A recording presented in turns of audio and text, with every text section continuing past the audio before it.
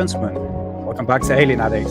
This is the show where we discuss all things UFOs and aliens to the paranormal, and our pursuits into the mysteries of the unexplained. Welcome on in. Disclosure, huh? Unless you get a copyright. I thought that was going to happen. You know what? I was on the way home. I was like, should I purchase it? So should I spend that £18 of my hard-earned money to be told what we already know? Or is it a psyop? This is the thing. I really was looking forward to actually showing it. And I knew the copyright was going to be an issue until people confirmed for me in chat. Yes, thank you so much for like the heads up. It was much appreciated because I don't want to get a copyright. I know what it's like. So yeah, fortunately, no age of disclosure. But I was going to play like little snippets. I started watching it and I thought, do you know what? It's not worth showing. Nothing. But what I did do, because I'm a lazy bastard, I swear to God, I wouldn't swear as much on Alien Addict. But I've used Grok to give me the latest reviews, which is mostly going to be mainstream, isn't it, when you look at it? But yeah, I'm still wearing the beanie. Honestly, I'm sort of growing the top of my hair out, and it looks super 90s. So I'm stuck with the beanie. Plus, it keeps my head warmer. You know what I'm saying? But let's go for chat. Chameleon UK, yes. Thank you so much for letting me know about copyrights. Yes. But welcome to the show. Nice to see you. Sophia. Oh wait, there you are. Sophia. How's it going? It's the skies are bright near you because they've been beautiful around me because I've got some UFOs and strange stuff to show you. Don't worry, I've got content. I've got content, guys. Don't worry. You could have played the Benny Hill music with me like trying to rush around and find content, but don't worry. This is new. Rodney goes. Yeah, Rodney. I was going to call you Rodney. How's it going, man? Nice to see you. I'm a terrible reader, much appreciated. But thanks for being in chat, to say, much appreciated. Yeah, Bob Lazar, Rocket Man himself. Bob, could you let me know? I know your name's not Bob. It's not the real Bob Lazar. But could you let me know what software you used for that AI thing? I just experimented with AI, and I don't know what program you used for it. Was it Grok? You made that AI with me and Hidden and rocket balloon thing. It's quite impressive. If it was you, because I keep forgetting if it was. Hello, Sophia, again. Nice to see you. Rotary, how's it going, man? Nice to see you. Welcome on in. John Stokes, how's it going, brother? Let's go. Oh, we've got, who's this? Alex Elliott, nice to see you. Welcome on in. Happy Friday. One Shoe Saxon. Oh, One Shoe Saxon. Yes, I have your books. Right here, we're going to go through them just slightly, but yeah, much appreciated, brother. So we'll get to that segment in a minute. But yeah, and happy 420, man. Happy 420. Who else have we got here? Hey, Paul Robinson, nice to see you. Everyone has numbers at the end of their names. That's a bit way. Who's that? Way out there. Nice to see you, man. Nice to see you. Was the documentary good? I don't know because I was actually planning to actually stream it on today's show. It was literally like the last minute where people were saying, look, don't show it because you're going to get copyright. So unfortunately, brother or sister, we can't show it on here because our stream will go, it will go shut. And it's happened like 3 times on Alien Addict because we're notoriously known for that. But unfortunately, I downloaded it when I finished work today. So that must have been like a couple of hours, well, 3 hours ago. And I started watching it, but not the whole way through. It's 1 hour and 50 minutes. So it's a decent time, but unfortunately not. I'm going to watch it today, man. But I appreciate you being in chat. Much appreciated, man. Oh, who else have we got on here? Hey, John boy, how's it going, man? John P. Adventures. Did you short your name down? John P. Adventures. Nice to see you, man. How's it going? Bear in mind, I did 420 hard before the show, so don't judge. Hey, Sadie. How's it going, man? Just Marcus Dave. Is that right? Yeah, just Marcus Dave. How's it going? Nice to see you. Welcome in chat. I think that is everyone. Is that everyone? And she pop up. I'm really slow today. Did I say hello to you, Paul? How's it going, man? So yeah, I think that's everyone. Go all the way down. Yep. Okay, right. So what is the plan for today? What I want to do is go through a few things. Well, first things first, okay? This is going to be the last time I'm going to bring this up. I brought this up briefly on Tuesday, but I didn't want to dedicate like too much time into it. And it was to do with this. Okay, James's intergalactic metallic dildo, mate. Oh yes, It's girthy, it's big, it's double-ended, and it's a hoax. Well, no shit. Oh, shit, Sherlock. Have we been taking the piss, guys, out of that? The where is it? Bring that up. Yes, that. I mean, it was on Tuesday. I came back from Tabata, and he came forward saying it was a hoax. And I was speaking to Sheep Hop Pop in regards of what would be like the outcome of this.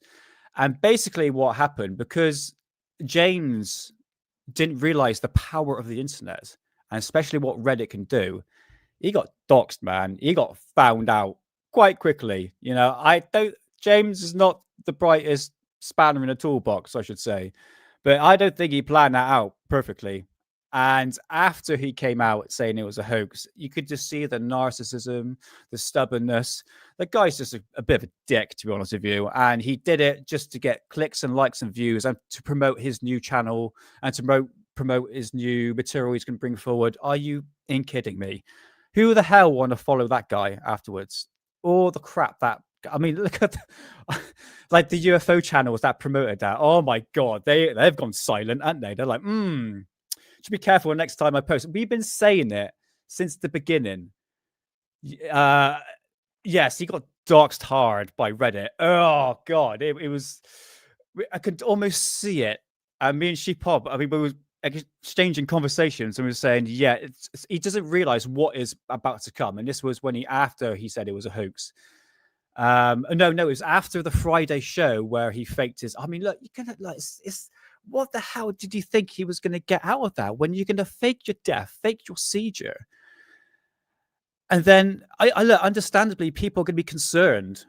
Look, like I said, people got a conscience, especially one that's especially concerned from another human being, because it's like he's not a great actor either. Even I saw that he was bloody fake, especially the whole thing was completely fake. But people were concerned. So then he came forward and saying he uploaded like a 40-second live stream saying I got a migraine, I don't know where I am, and then people started to catch on saying, hold on here, hold on, something's not right. And then eventually he didn't realize the outcome. Hey, S Hammers, nice to see you, man.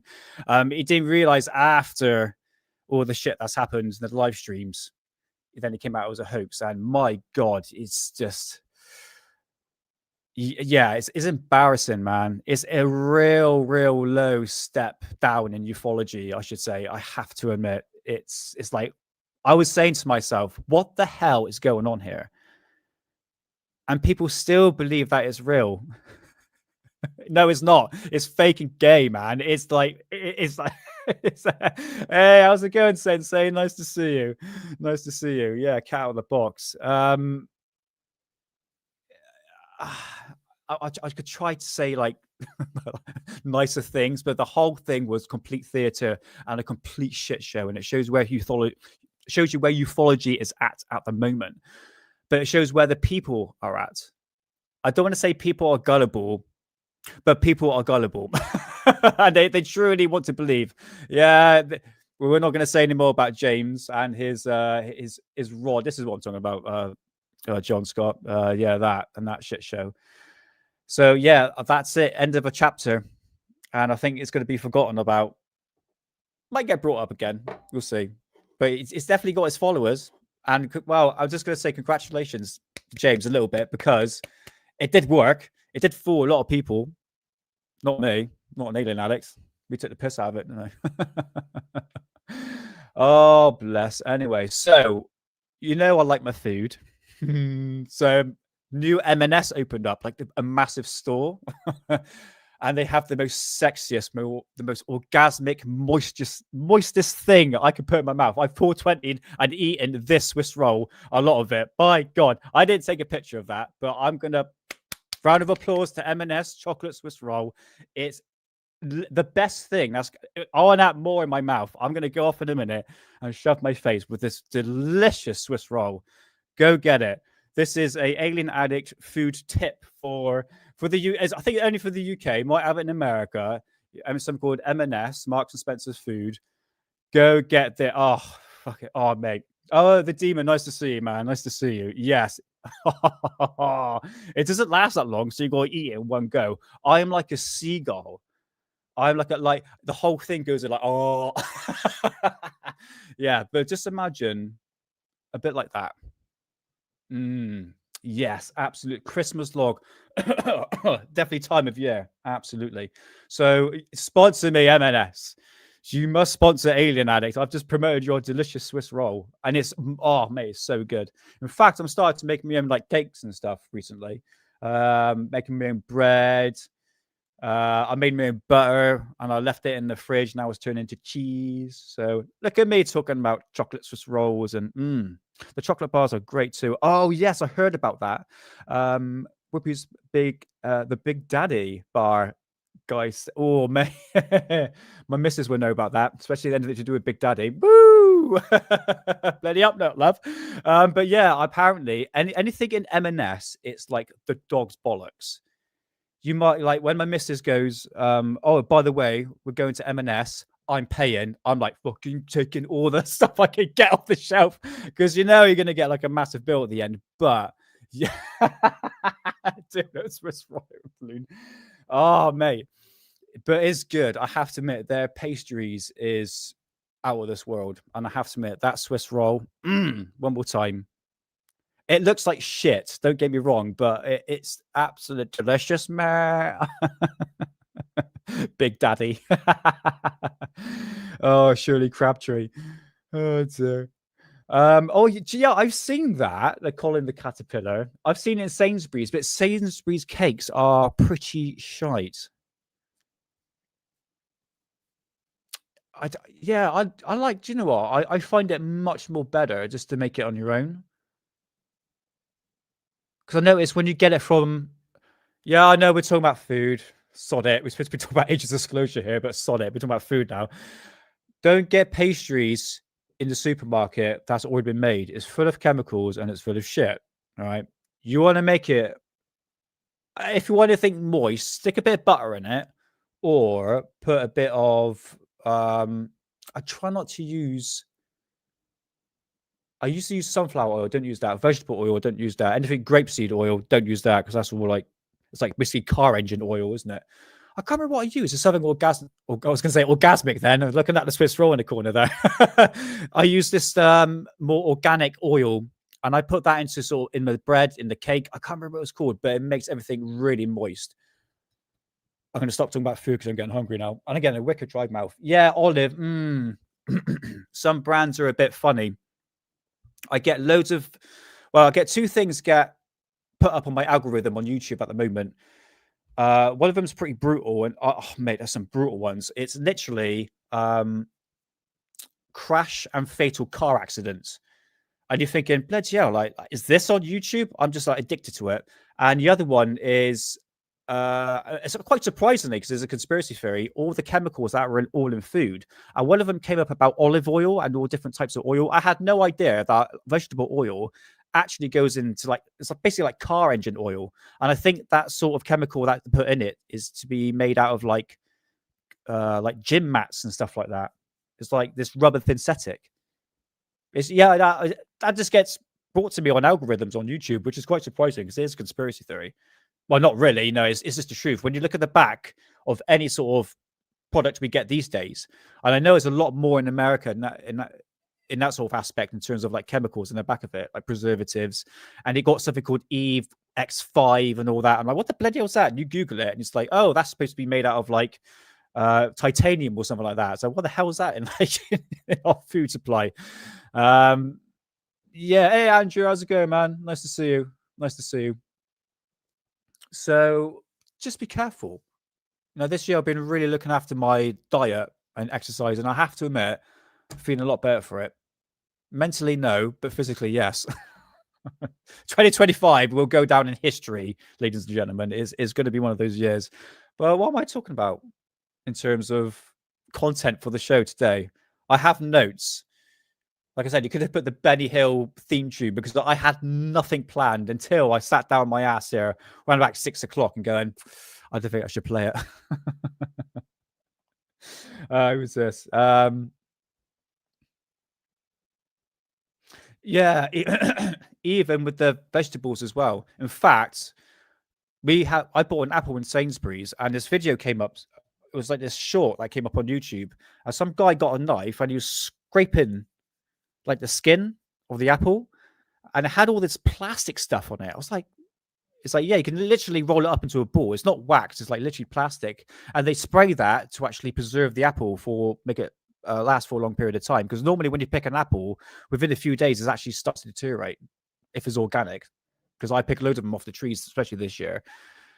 And I noticed now supermarket veg, it's all crap. So I found a really good farm around my local area. I've been buying the meat, the veg, and I tell you what a massive difference. What a difference. I don't mind spending. I mean, you can buy a full chicken in Sainsbury's for £5.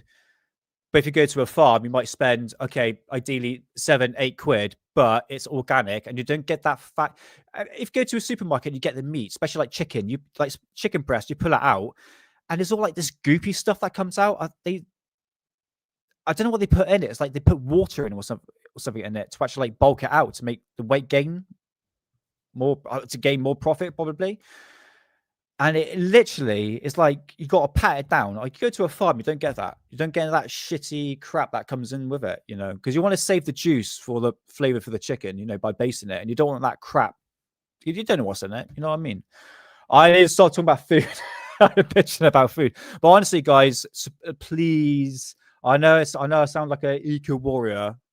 Not really, but no, support your farmers. They need your help more than ever. Do you want to do? And yeah. Help our local businesses. I tell you what, I quite like duck eggs as well. You sell duck eggs in our farm. And amazing cider, which is the one I drink. So, what am I drinking today? I have protein shake. 50 grams. I've got to take 120 grams of protein a day. I eat like a horse, which is good. Right, before I do anything, to the 34 people watching this, 2 seconds. Scroll. Cheers, everyone. So what have I got for show? Oh, I tell you what, let's get One True Saxon, because I know you're in chat, brother. Hey, who's this? Everyone's name's changed. Are you new in chat? I think I've seen your profile before. Kunal, is that right? Oh God, I'm so sorry. Oh, my reading's terrible. My reading is absolutely terrible. Yes, I have heard that Mr. Bill Gates himself has been inserted himself into the food chain. Not himself, but his minions, one would say. And I started to know people say the food is more organic than before. We're talking about supermarket food. It says organic. No, if you want organic, go to a farm and it's still got bloody mud on it. That's when you know it's still organic. You know what I mean? Yeah, I know. But I balance it out with the carbs and everything. Trust me, I'm strict on that sort of stuff, even though I've been nailing cake all day. Yeah, I think thereof. It depends on your body weight. I'm 170. Well, I fluctuated a little bit.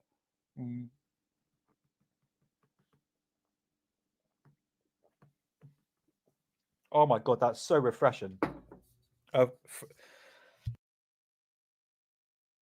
So I burped. Fever Tree, sponsor me. Beautiful. That is lovely. Need some rum in that. I'm drinking delicious, beautiful drinks. It's not alcoholic. I need to get on with the show. I 420'd hard and I am like all over the place. So One True Saxon, if you're in chat, hey, Godstopper, how's it going, man? you are what you eat. Yes, very true. I have to admit, sorry for like bragging, but yeah, since like cutting all the crap out, I mean, Sundays are my cheat days. I have to admit, you gotta have a cheat day.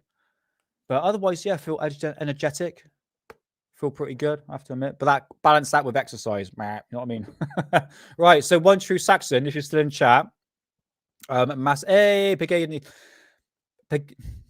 Productions.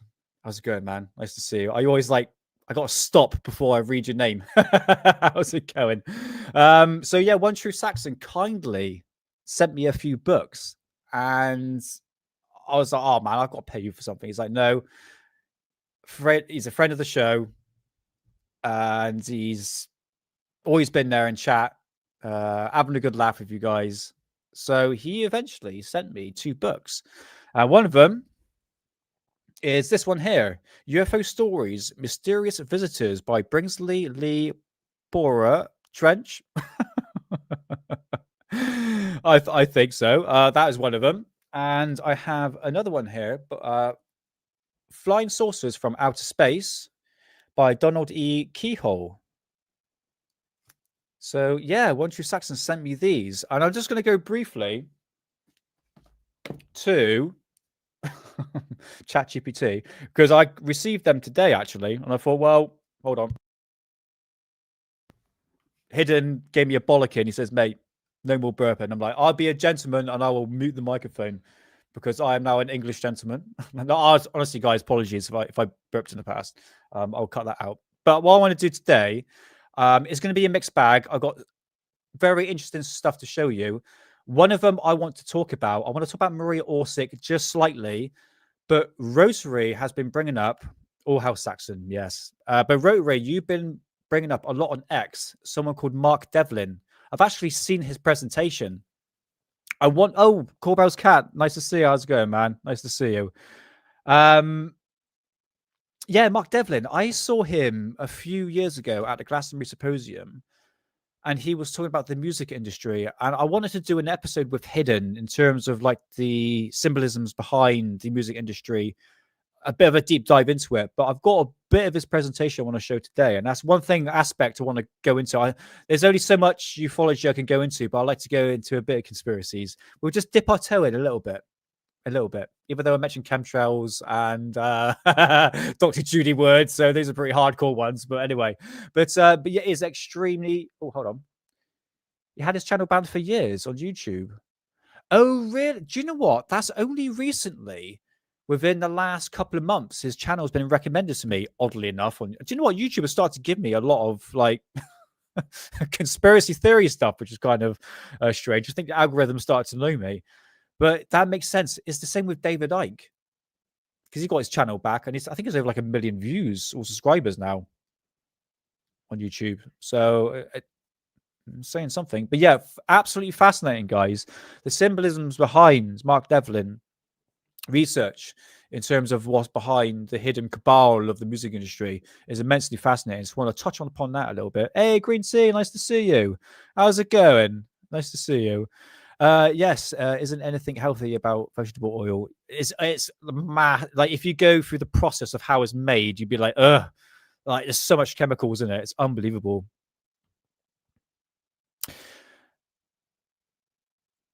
That's it. Virgin coconut oil. I've been my nan makes the best roast potatoes. Talking about food again. My nan makes the best roast potatoes, and I could not mimic it.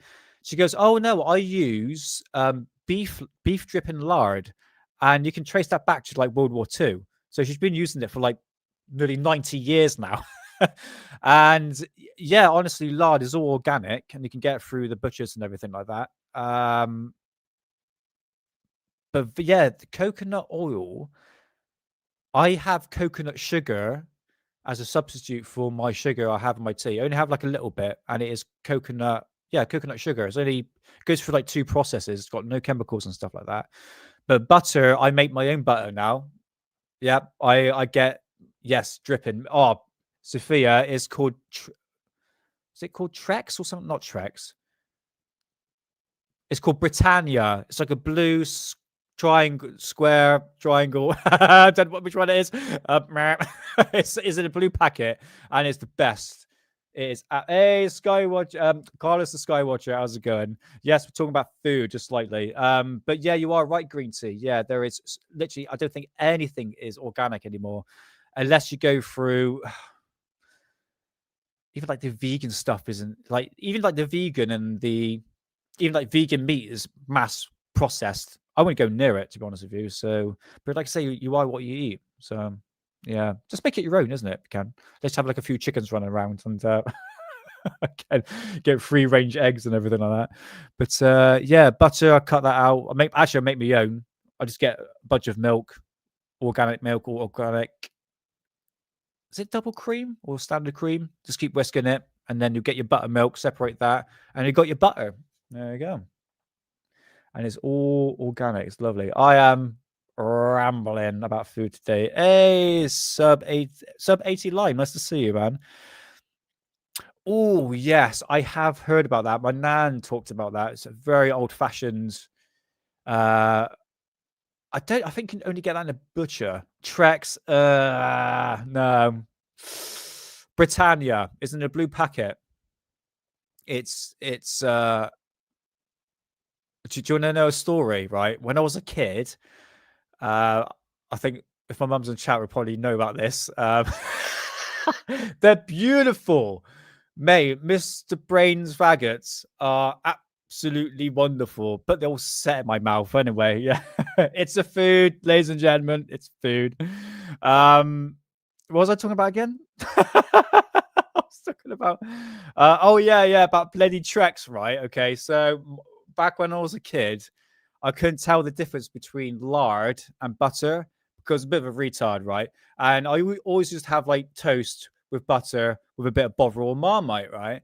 And there was no butter, so there was like this other stuff. I was like, oh, just use that, and I was eating it. I was like, oh, it doesn't really taste right, and it turned out it was actually Trex, fucking spreading lard on the bloody toast, and I was eating it, thinking it was butter. Yeah, I know. Yeah, I don't judge. I must have been like 5 or something.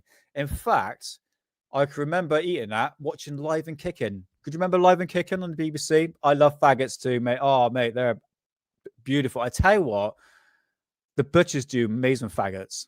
The Americans are going, oh my God, we can't say that. No, it's a beautiful food. Go to any butchers and they are amazing.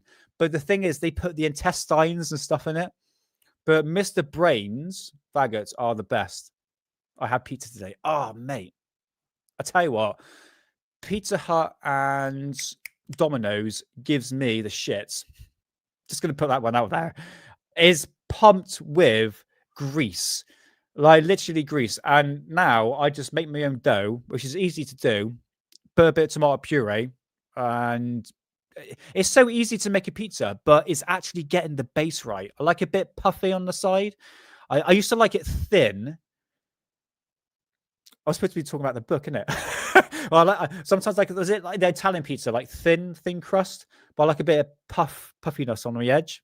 I can never get it right. I can never ever get it right. Yeah, don't blame me. That's my bad.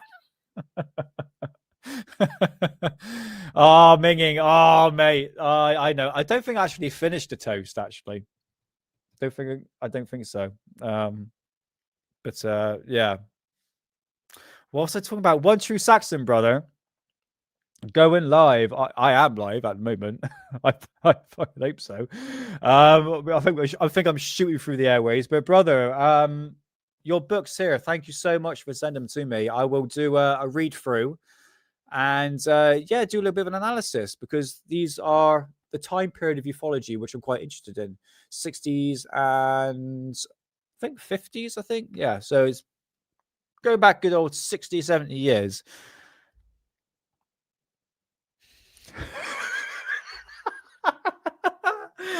Oh, mate.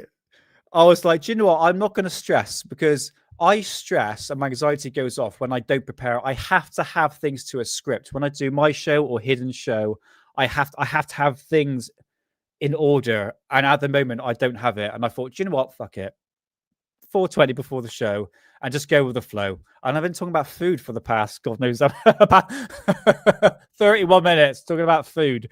Oh, mate, I don't like it. It makes me gag. The worst one True Saxon, your books are fine. I'm going to read the description in a minute. The worst one was, which one was it? Yeah, that one. I may gag. Is this one here? The Flying Saucer Story, which is actually One True Saxon, the same as that one, same author. But it does have that. I'm going to gag.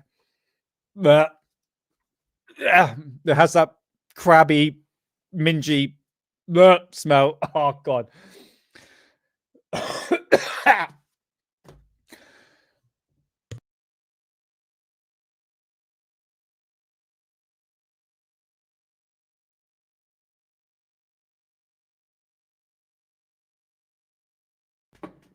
I don't know what the fuck was in that book, but it hit me right in the back of the throat. How's it going?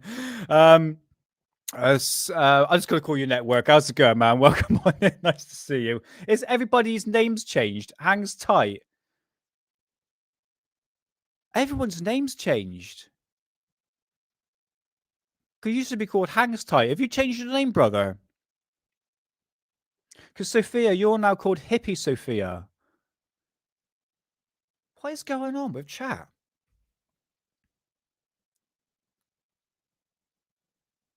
Am I too stoned? Am I gone funny here? Like, oh, it's an update. Do you know what? I noticed these thumbnails and the names are different. Like, you just call hangs tight and your hangs, and it's got a number. Oh, that's confusing. It's not just me, my highness. That's all right. Right. Yeah, because you used to have a space between your name. What's going on with YouTube? Okay. Well, at least that's clarified. Right. Okay. Let's get on with what I was supposed to talk about because I've been way too distracted. I'm freaking Chinese guys, man. Woo! Right. Where is it to?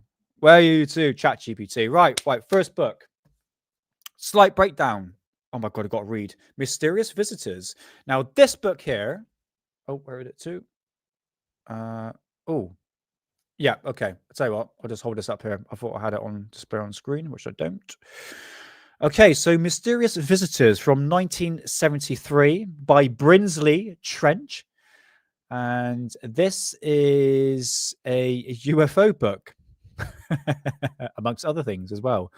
So it talks about ancient astronauts theories. So Trench argues that many myths and religion stories, ancient texts describe real encounters with technological advanced visitors from outer worlds. That's pretty cool. So lost civilizations, vanishing cultures like Atlantis. Oh my god, I'm way too like 420 to read.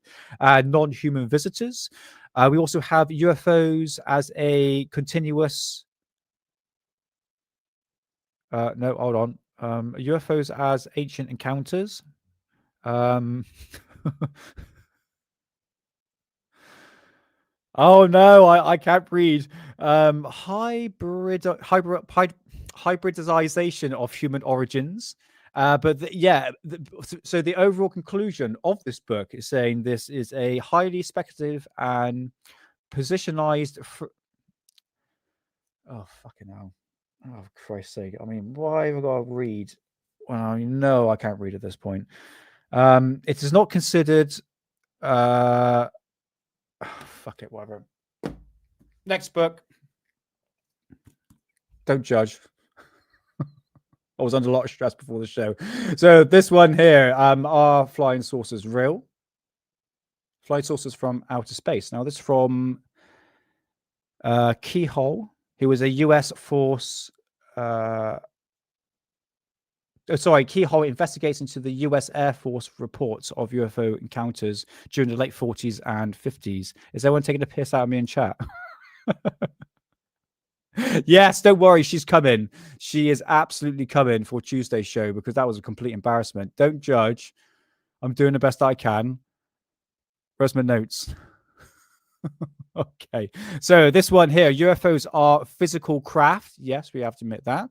The Air Force knows more what they admit. Sightings are worldwide and continuous. Extraterrestrial origins are most plausible explanations. Obviously, you go through key points here through the book.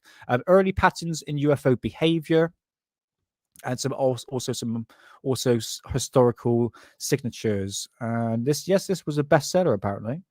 Very, very popular back in the day. So there we go.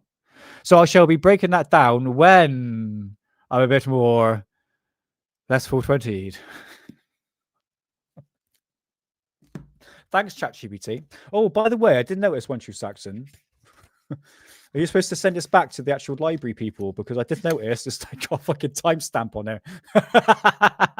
Hey, naughty boy, you. I don't know. It's probably not you, mate. What's the date on that? 16th of May, 1975. Smells like it as well. Smells like the 70s, even though I was never born in the 70s. And I think the other one as well. London Special Collection, South Perk. Once you Saxon, what you up? Hey, bloody stole it, didn't he? Once you Saxon. back in the, I think they're all dead now. They don't really care. Probably the library doesn't exist. And that one as well. Look at that. Oh, 1 True Saxon. I'm doxing you, brother. What day is this one?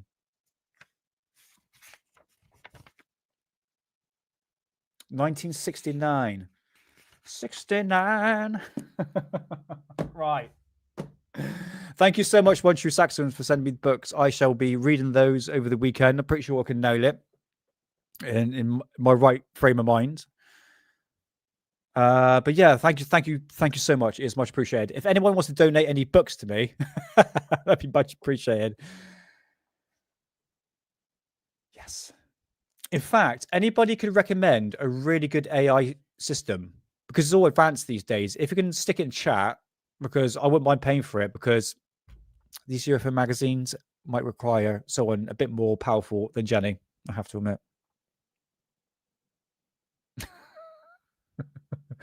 No, with a ruler, actually. I just read with one eye like that and just scroll down.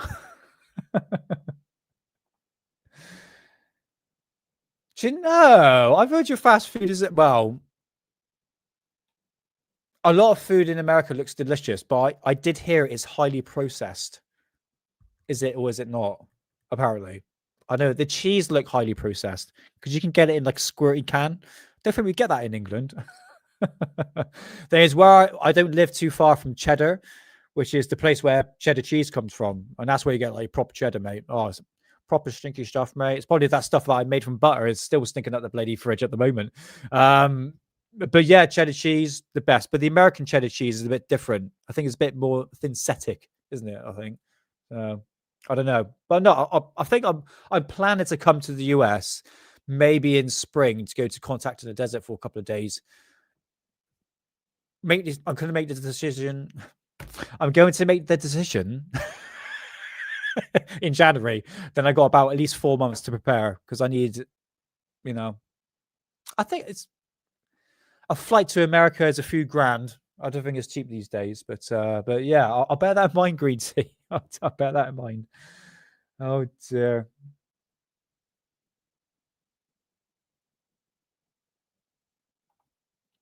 Yeah, I've seen a lot of that. I don't eat McDonald's anymore. Even my guilty pleasure is not that. It's actually the double sausage egg McMuffin. Their breakfast menu is absolutely. What do I prefer, cheddar cheese or McDonald's? Probably McDonald's, I'm going to be honest with you. Cheddar. Yeah. It's a place called Cheddar, isn't it? Probably about an hour's away from me. Yeah, get some proper cheddar cheese, mate. Absolutely awesome. But yeah, won't touch McDonald's or barge pole. All right, Paul. Okay, God. Oh, be a bit of fun. It'd be a bit of fun. Oh, we do have Taco Bell here, and I do like a bit of Taco Bell. I have to admit, it might be a bit different. Like, there's one thing I love to try is Dunkin' Donuts, because we have Krispy Kreme donuts here, and again, it's filled with grease. It's like, should a donut be filled with grease? I don't want to be like washing my hands after that. Well, yeah, but not with grease, but the sugar and all the stuff on your fingers after you've eaten a donut for sure. But Spirited Kenny, donuts, they shouldn't be greasy. But how's it going, Spirited Kenny? Nice to see you. Spotted dick. Oh, Americans, have you heard of a spotted dick before? Oh, mate, that's one thing everyone likes to put in their mouth. I have to admit, a bit of a spotted dick. So spotted dick is, oh, you're good, man. Oh, that's good, man. Is that... Hold on. So spotted dick. Let me explain what spotted dick is. It's a... Hold on. I'll have to show you. If I put this in Google and it puts up with fucking porn, I swear to God. Spotted dick. Oh my God. Oh no. No, I'm talking about the recipe. Jesus. Oh, it's not coming up. Okay, sorry. I'm not going to show you what spotted dick looks like because that was a bit of filth, mate. I have to admit. I am not joking. I swear to God. There's things I couldn't even describe that came up on my screen at the moment. I was like, no, I asked for the even I put recipe afterwards, it still come up with a bunch of dicks. So a spotted dick, basically, it's a sponge pudding cake. Sponge pudding, because those two things, cakes and puddings, are different. So it's like a sponge with it's got raisins in it, I think. And you chuck a bit of custard on it. So I guess it's a bit like a velvety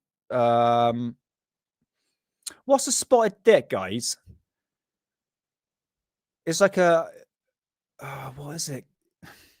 I want to show you, but a bunch of naughty things are coming up on screen. I'm going to try make one more attempt. What is it? It's got a dick in it.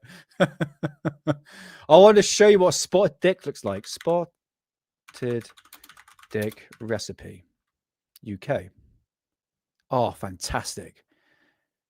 Oh my God. Okay. If I click anything else. Okay. Fingers crossed. If any dicks pop up on screen, blame Google, not me. This is what a spotted dick actually looks like. All right. It's delicious. So what it is, I'm scared to click anything. I'm scared to scroll down. There, right? I'll be fine. Okay, so yeah, this is what it is. It's like a sponge pudding. It's got raisins in it, and I think it's got a hint of nutmeg. With and you just add a bit of custard on top of that. Mate, it's banging. In America, do you call it anything different? I talk about food. I'm so sorry. Oh, Jesus Christ. Oh, I'm so sorry for today's show, guys. Pagani Productions, I don't blame you, mate. I'm so sorry for today's show. I am it's been 45 minutes and no UFOs. I'm so sorry. So yeah, but by all means, Pagani Productions, Spotted Dick, go try it. Let's go on to some UFOs. I am so sorry. I'm so sorry. Right, okay. So what should we do first? Oh, so NASA came forward on Tuesday, I think it was Wednesday, talking about the 3-eye atlas. And basically they said everything that we haven't really heard before when you look at it. And I did say this was going to happen, that the Avi Loeb side, that sort of side of ufology, you really believe that this is a mothership. No matter what NASA says, they still believe it's an extraterrestrial craft. And I have to admit, I'm just going to put my, not necessarily skeptic hat on, but I'm just going to go by the fact that this is just a comet. Do I believe in NASA? No. Do I believe in Avi Loeb? No. But who am I supposed to trust out of the two? Do you know what I mean? And I want to push towards like NASA, but at the same time, I'm like sounding like a hypocrite. 12 feet tall, how's it going, man? I don't know with this, man. We are so divided by space dildos, Sophia, isn't it? It's no, I can't trust Billy Meyer. I don't know with NASA, to be honest with you. I mean, why did they wait so long for them to come forward? And I think they more or less blame the shutdown on the fact why they didn't release the photographs until now. Yeah, Paul, is it they're still alive? Because I've seen some very suspicious photographs that look like the people that were supposed to be on the Challenger that are actually live today. Sheep Pop, have you heard of that one? It's a crazy one, but I know what you're talking about. Yeah, so I don't know, time will tell. Yeah, I could probably bring that up actually. I'll see. That's more like a Rumble site. Avi Loeb didn't say it was aliens. He said it should be opened up to the idea. It looked weird as a comment. Yeah, for sure. I mean, in one way, Sensei, it's what is the science behind a comet? And I'm not judging the community, but a lot of people in the UFO community are not astronomers. So they more or less like regurgitate information. So even they are learning how a comet flies through our solar system. I have no idea personally. I've just do I take these people's word for what it's worth? But like I said, Sensei, before when I was talking about Friar Atlas, it just seems to be very one-sided. That the UFO community just didn't seem to look at the science side. Even NASA didn't really come forward, but it was pushing the idea that this was definitely an extraterrestrial craft, but didn't really look on the other side. Like I said, it's you get your demographics, isn't it? So we just have to be very, very careful on what information I'm consuming. So I always try to look for a most balanced conclusion, really, in terms of what information I'm coming across. Go on, darling. There we go. So yeah, it's interesting, but it's actually coming close to Earth. I think it's like middle of December, I think. So I think a lot of people will start to get like a really good close-up shot. And I'm hoping NASA will do the same thing as well. But once the Three-Eye Atlas is gone, then there'll be another one that comes through our solar system. So, but nevertheless, it is acted differently, I have to admit, but it's something we can probably learn from it. All right, cheers, mate. Thank you. So I'm talking about my cat. So yeah, it's Krispy Kreme's is better than Dunkin', but Dunkin's coffee is good. I think your American coffee is different to our coffee. We get crap coffee here, I think. Our green tea, talking about food and drink again. But with Free Eye Atlas, yeah, I just think it's a comet now.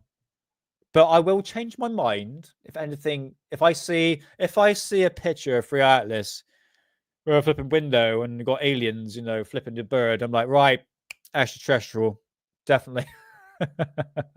5 hours, yeah, it'd be the next one then, isn't it? So yeah, look, I remain open-minded, but I'm going towards the fact that it's a comet. No bullshit. Oh, Nibiru. I have to admit, network. I don't know how long you've been in conspiracies for, or like the alternative movement, but Nibiru is actually quite nostalgic for me. Let me explain. 2007 was my awakening stage, and I talked about this over and over again on Alien Atlas, but the fact that we go through a 2012 effect is exactly the same thing, same scenarios. Back then, in 2007, 8, 9, 10, 11, leading up to 2012, there was the idea that Nibiru was going to be coming through our solar system. Planet X. Are they two different things, or is it the same thing? I can't remember. But Nibiru was on the cards. So we're hearing it again being brought up. And in one way, it's a bit like ufology. Everything just gets recycled again. Like every year, I keep on hearing about Project Bluebeam. So I guess Nibiru, I wouldn't be surprised if it gets brought up again in ufology, I have to admit.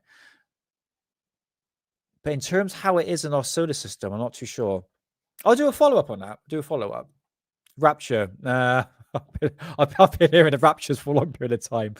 Do you know, I was revisiting Y2K and the theories behind that, because all I want to do like a little follow-up to previous raptures that nothing happened, or the speculation that something was going to happen. Like I said, like 2012 effect. I keep seeing like loads of videos online about the fact that a fake alien invasion is going to happen. We're going to go through a new cosmic alignment, cosmic shift. Again, it's all 2012 effect. Just that was like a massive fight back then. It really Galian. I like that term, Galian. Yes, the Chinese did spot Atlas. Yeah. I might have had it saved on my Twitter. I'm not too sure. We'll have a look in a bit. Okay. Krispy Kreme. I'm just going to try every single donut place. I'll just do a review of it. But I don't think we have Dunkin' Donuts.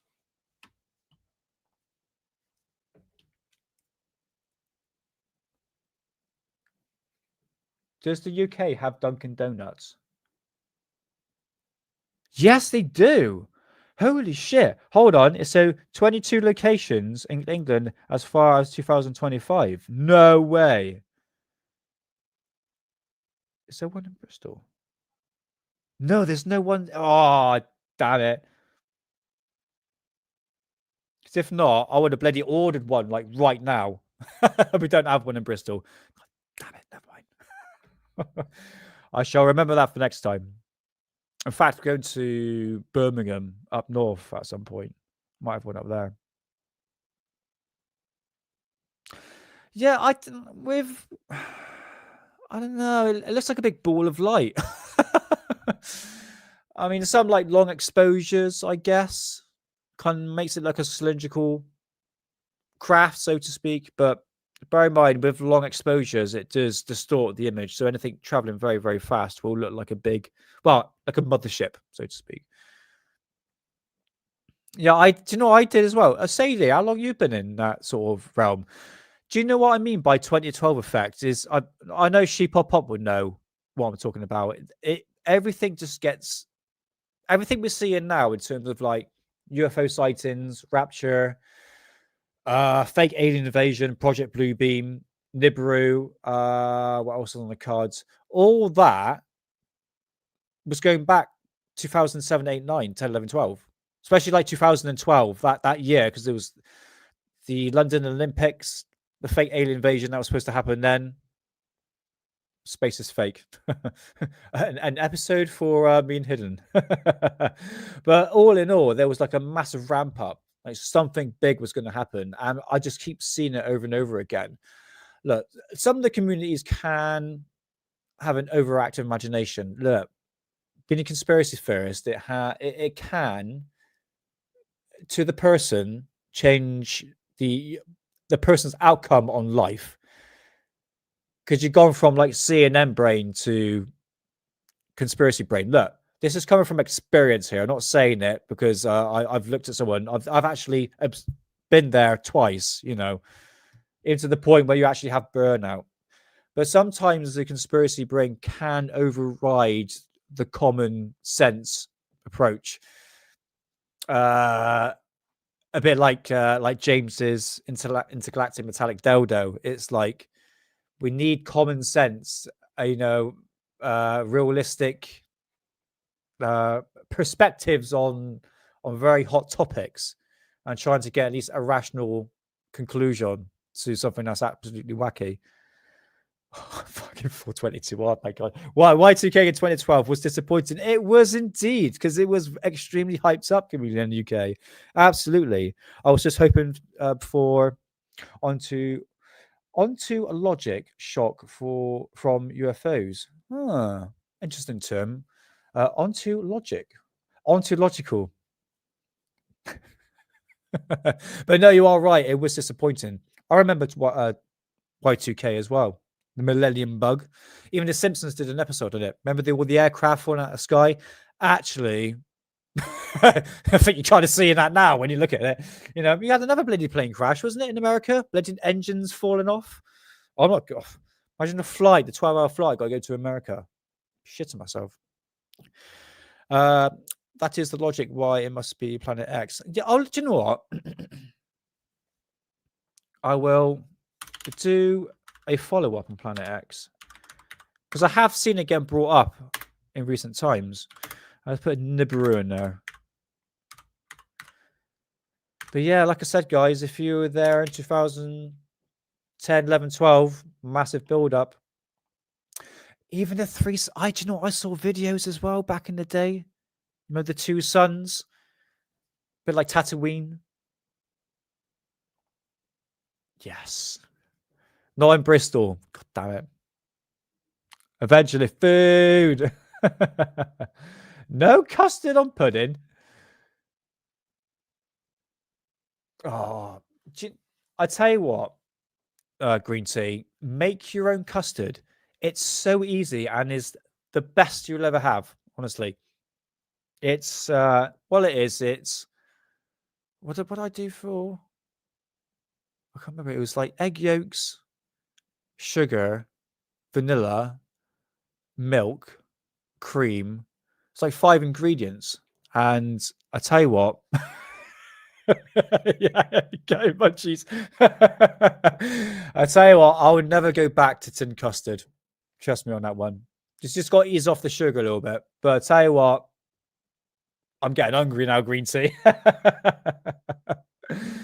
But I have to admit, we got an American section when we go to. We got something called Asda, Sainsbury's. I go to Sainsbury's specifically because I'm a posh twat.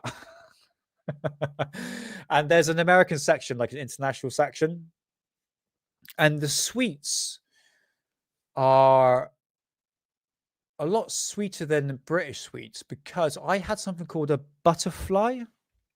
Is it butterfly bar?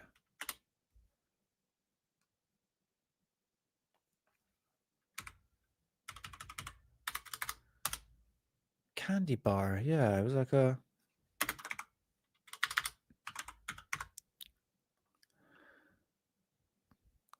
Butterfinger. That's it.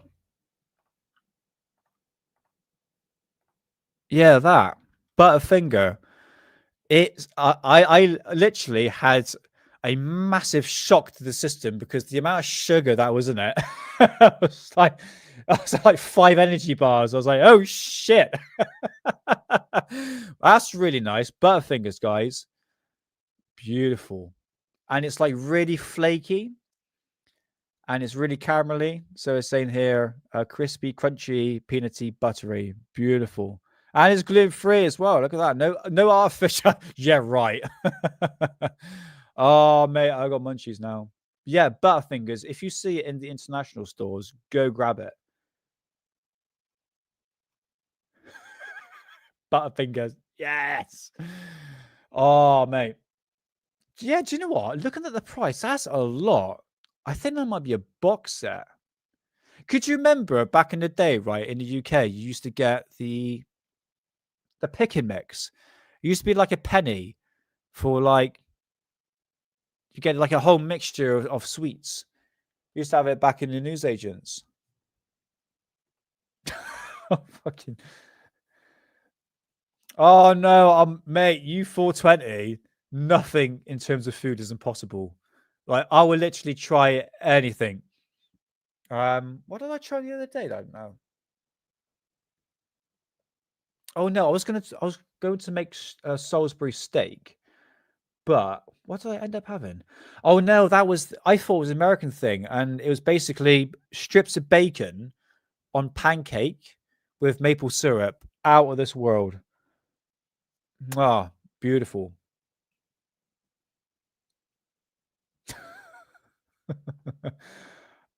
Fudge. Mm-mm. Give me a finger of fudge. A finger of fudge. Oh, little strips of it. Yeah, I tell you what, you stick old fudge in your mouth, it gives you like dry mouth. I noticed that. Unless you put a bit of like oil in it to make it moist. I'm so sorry for the content for this, guys. I'm really sorry to the 31 people watching this. This is me, just nothing. I've got things planned, but I'm just talking about food. Twix means twin six sticks. Right. Okay. My favorite's the Bounty Bar. Guilty pleasure. Oh, hold on. One true Saxon. What about Tempe Crisp? May I tell you what? Monster Munch. My parents had a newsagents back in like the late 90s, early 2000s, when a packet of fags used to cost you what 50p for a 10 pack compared to what it is now. But I remember Monster Munch, big fat packet, and now you barely get anything in it. And I swear they actually reduced the size of the crisp itself. Bastards, aren't they? At Robin Bastards. What true Saxon calls them cunts. Where everything, like the Mars bar used to be a lot bigger, and now everything's got a lot smaller but more expensive. Oh, is it? Oh, right. Oh, yeah, yeah. Oh, yeah, yeah.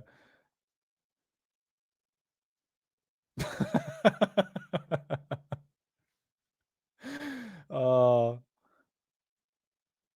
yeah. Thing is, there's a difference between the donuts we get in the supermarket it's been there for a few days, but compared to a fresh one, like if you go to like a fair or something like that, it is the best. Absolutely. I love to try American food, I have to admit, because I'm a big eater. I have to. I love, like when I go out, I'll find the most expensive meal, except for a steak. I'm thinking, right, is that going to fill me up? Because I trust me, you have no idea how much you eat. Like when I went out with my missus and her friends, we went and got like a big breakfast. So we have a big boy breakfast, but British breakfast, like the biggest one. And everyone had like small to mediums, and I had like the biggest one there, a large one, and I inhaled everything before everyone even finished their even breakfast. So just goes to show. I know it's weird. Once I started like exercising, I'm probably smoking more, which doesn't help. Makes me actually get some munchies. But I crave good food. Like I don't want shit food anymore. I don't want to have like I used to have like takeaway meals after like boot camp and all that. It's like no, just have like a salad or something. Well, that sounds gay, but honestly, it's you are what you eat. You know what I mean? You know, I've literally spent an hour of the show talking about food. Nah, mine's the dark chocolate. So one of my guilty pleasures, one thing I can only eat at the moment in terms of like sugar, well, something sweet, is actually dark chocolate, and it's the 90% chocolate. It's the lintel one. It's like £4, but it's a bit bitter. It's got a tiny bit of sweetness in it. It's the sugar thing, but it's quite fatty as well. And that's the only thing I can have sweet, except for Sundays when I just like eat as much as I can. But during the day, I'll have my chocolate. And obviously, Sadie likes her a plain chocolate Bounty bar. I have to give her the dark chocolate. They used to have amazing ice cream back in the day, and now it's all changed. Even the ice cream goes all goopy. It's not like it used to be. I'm so sorry for the content here, guys. Yeah. Mate, I do like a bit of berries. And strawberries are expensive. I fucking hey, my wife falls. Mate, trust me, you hadn't missed anything in terms of UFO related. I've just been talking about food and bollocks. And in fact, the two books, no, that's not bollocks. No, these are really two important things. But it's mostly about food I've been talking about. So yeah, welcome on in, my wife falls. Nice to see you. Aereo. Aereo, Snickers, Mars bars makes my stomach go blah. I don't know what it is. Is there something in it? Unless I have an empty stomach, but I need to like balance my stomach out before I have like a Mars bar or Aereo. I don't know what it is. It's after 8. Beautiful. I love mint chocolate. And Terry's orange chocolate, you know, one in the ball. Actually, they have the mint version out now. Food addict. I fucking changed the name of food addict. Yeah. Oh, I was about saying that the fact that it's smaller. It used to be like massive, huge, like Monster Munch used to be absolutely huge, massive packets, and now it's like £1.50. I remember it used to be like 15p back in the day. It's unbelievable. Oh yeah, Swiss chocolate, Terry's mint. That's it, Terry's mint. Go get yourself a Terry's mint, everybody. Yes, this is Diabetes Central. Oh man, I know, but you just can't say no, innit? Can't say no. Cadbury's gone downhill. Yeah, it used to be nice, but they changed the recipe. Yeah, because they sold it to, no offense, they sold it to an American firm, didn't they? Back a few years ago, and it just wasn't the same. But like a bit Galaxy. Yes, 35p. That was how much the packets of crisps used to be. Oh my god, I have to move on the conversation a little bit. Really? 85p? Nah, mine was a one. I'm not joking. Today, when I went to work, I had a Bounty bar, dark chocolate specifically, £1.20. But I guess that was like a service station because I was getting fuel at the same time. Bastards! It's you cannot make it up. How expensive things are in England. Like a flipping energy bill has gone through the roof. Don't start with that. Just specifically aim on food and nothing else than that. Right, let's move on. Oh my god, over an hour. I've been talking bollocks. Oh my god. So, thanks to the 36 people in chat. I really do appreciate you. Honestly, it's I'm sorry. It's one of those shows I haven't. It was a last minute preparation, and like I said, I have things to a script, and I want to go through things in sections. But again, I don't want to copyright to play this documentary. So I don't think they put the orange with the mint. I think it's Sophia. What did they do? I think it's no, they don't put orange with it. No, it's just like mint chocolate, isn't it?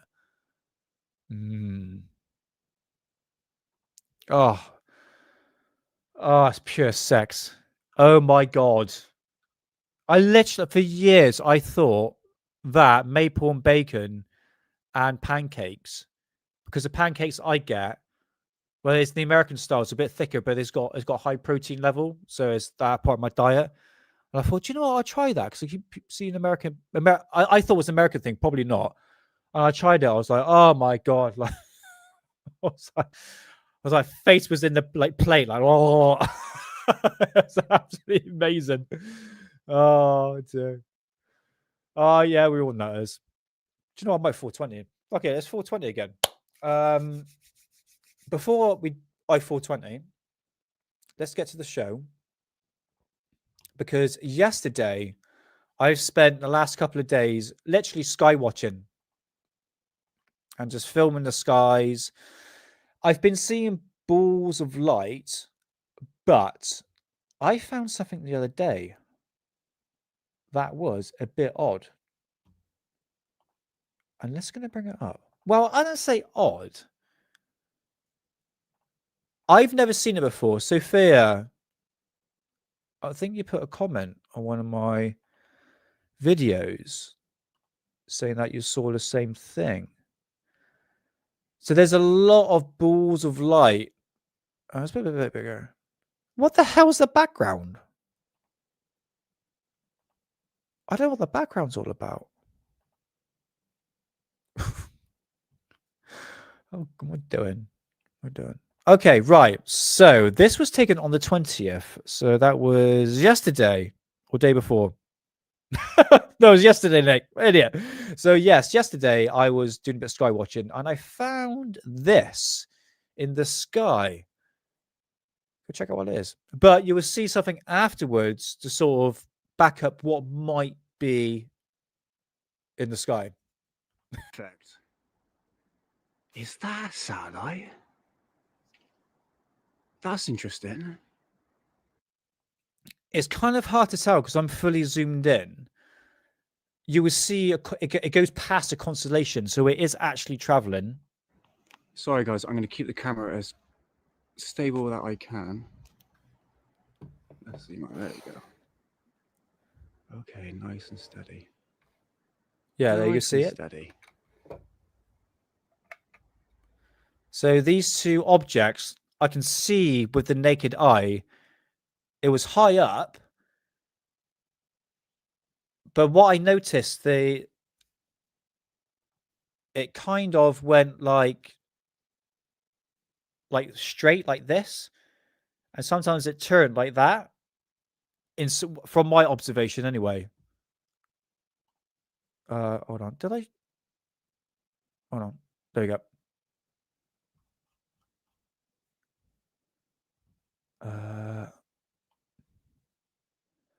Oh, everyone's talking about food and pasties. Oh, I'm getting hungry now.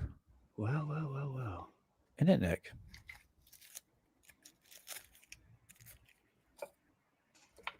I'm fully zoomed in. There you go. See it? I can't zoom in anymore. So it is traveling. Do satellites go like that? Side by side next to each other? They're silent. It's very high up. But I can see from the naked eye that it is two objects next to each other. This is awesome. I personally I haven't seen that before. Definitely not an aircraft until I think this is the full zoom effect. I think it gets very pixelated, so it might give the illusion that it's actually blinking.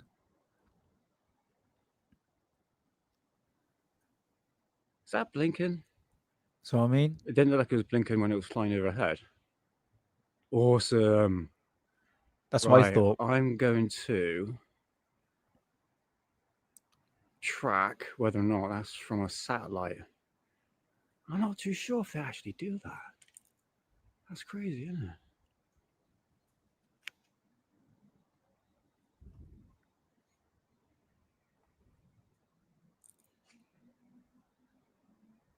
I'm going to track whether or not satellites go side by side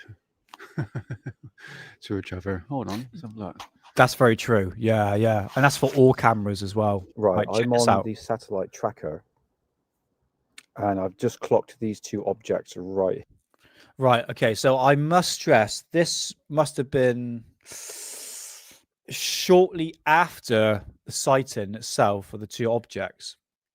Now I did put it in Chat GPT, and I said, and hold on, I did put it in Google as well, saying that. Sorry, that was a wicked burp. But basically, do satellites travel side by side next to each other?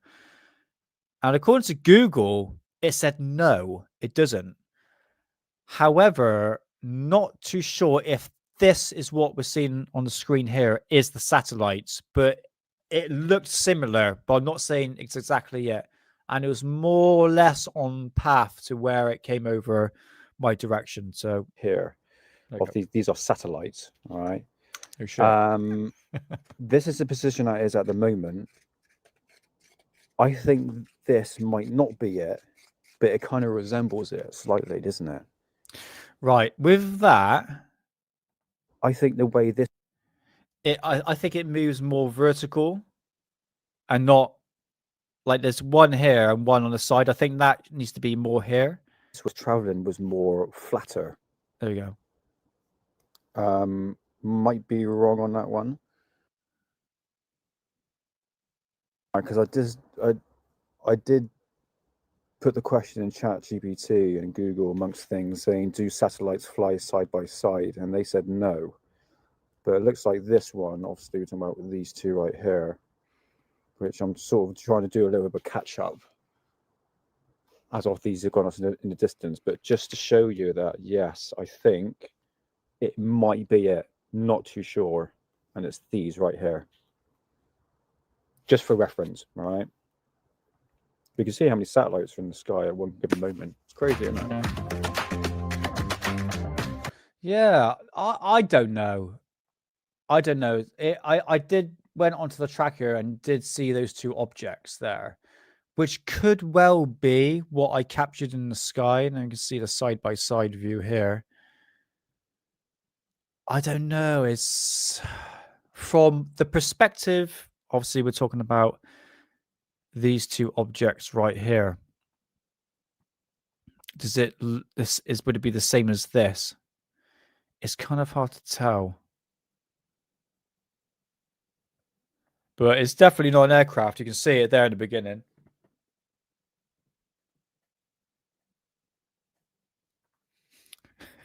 People are like, it's a ball of lightning. Like, I know.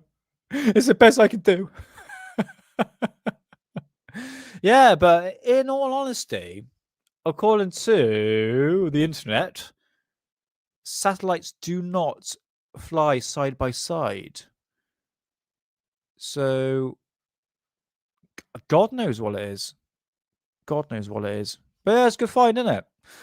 I spent a good 4 hours last night and the night before that as well, sort of sky watching.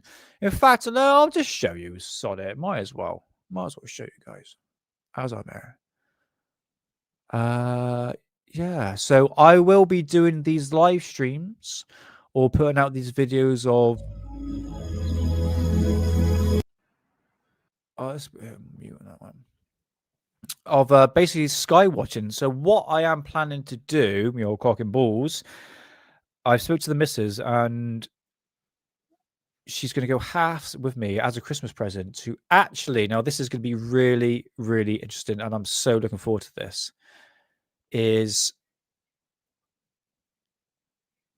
no, I'm going to leave it afterwards. I was going to show you what I'm going to buy, but it's a telescope, night vision telescope, that actually goes on your phone. They're really, really good, simply because I want to go live and actually have the phone going live with the telescope. I can actually observe the sky in night vision, where you can see all the planets, all the satellites. And I think that would be absolutely banging content, because I am seeing stuff in the sky. Let's just bring up a bit bigger. I just want to show you. It's not going to be great quality here, guys. Look, okay, but what I want to do also as well,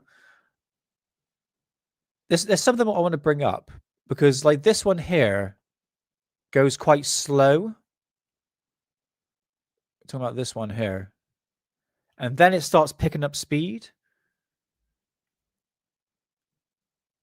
You see, it's going very, very slow, and then it starts picking up speed in a minute.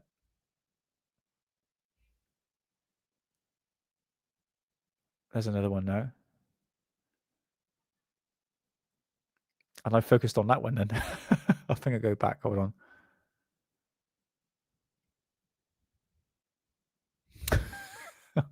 No, go back to the other one, Nick. Too distracted. There you go.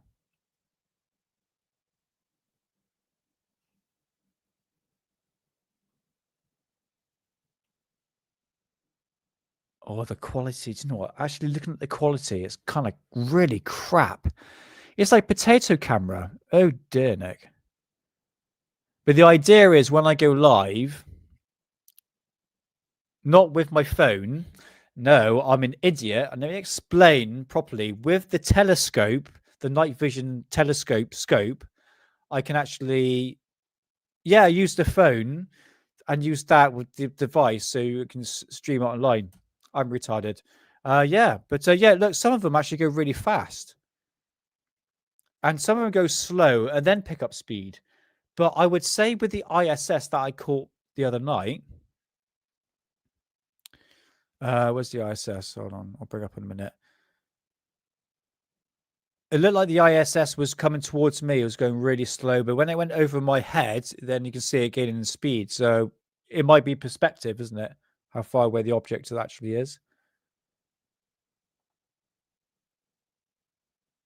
See what I mean? It's like really slow.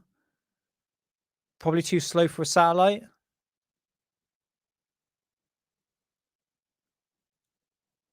Because the whole point of me filming these balls of light is purely because if any of them stop, turn different directions, could be surveillance drones. This is it. And I've actually got really good enjoyment out of it, to be honest with you. I just want to see whether or not these could be potentially aircraft, like what Green Tea is saying here, potentially drones. Maybe it could be satellites. Space junk could be a bit difficult to find that, but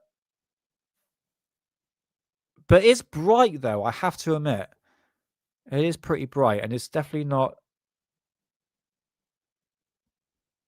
Yeah, like I think the camera, the phone camera itself, because I think, Paul, what you were saying at some point, that our phones have stabilization in it. And that's one thing I noticed. They did two things. One, it gives the false illusion that the object is given off a propulsion system, like a little trail behind it. And secondly, it gives the object more or less like a stable control. Like it looks like it's going stable at some point. But the fact, I think, it's to do with the stabilization built into the camera itself.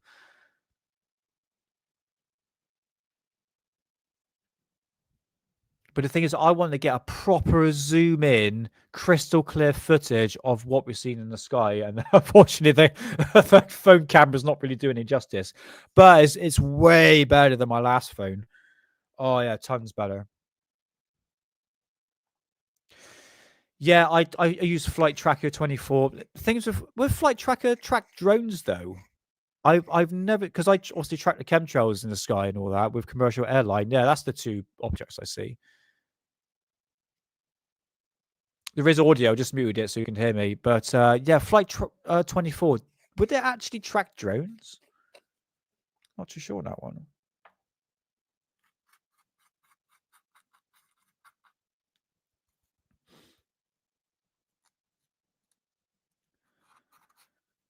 No, no, I don't think I've never seen a drone. I've seen helicopters, Cessnas, various like aircraft carriers and stuff like that. But yeah, I've never seen anything like that. Right, I tell you what, just for perspective, let me show you what the ISS. Where is it to? Ah, but it's hauling ass.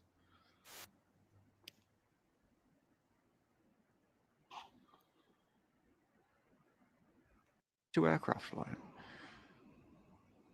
Where's the other one? Oh, it's over there. But anyway.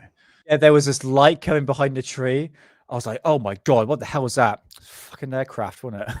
You can see that light through the tree. Oh yeah, I thought that was a UFO. Judge. I'm on a roll at the moment. Oh, Had a good night. So you can see from the previous footage before, look at these two aircraft flying. Where's the other one? Oh, it's over there. But anyway. I got You excited. can see it's got the light signature, the aviation lights. You can see one there as well. There's the aircraft. Now, this is perfect. Right, watch this. It looks like a big ball of light. Ready? It's like a ball of light. Boom. There you go. See? Aircraft. Once you get a proper zoom, you can actually see what the actual object is. Right, we've got a minute to go. So I think the ISS is going to travel like my little blit thing. Wee, like that. Fucking joint, mate. Whee! ISS, buddy. Yeah, we'll see. We'll see. What you can see up here are obviously stars and constellations, which are pretty obvious. So with the ISS, is it blinking though? This is it. I've seen some drones that don't give the aviation blinking lights, because I think that's typical with any sort of aircraft, flying aircraft. It needs to have the red and green flashing lights. But some of these drones have been seen in New Jersey and even Copenhagen as well. Don't really see that. It's just like a big ball of light. it's going to be a lot brighter. It's like a massive ball of light. It's going to be the brightest ball of light you're going to see in the sky, like captured so far. Right, here it is. It's on its way to my location. See where the dot is? I was very stoned, by the way, when I made this video. Not too far now. Not too far now. Not too far. I was having fun. Where are you to? Where are you to, Mr. ISS?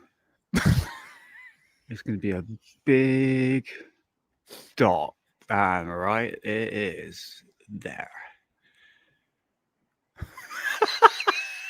Ladies and gentlemen, Isn't that obvious? what we have here is the ISS. There you go. Look at that. Big ball of light in the sky. It's traveling a bit slower than I thought, actually. Looks like a big diamond.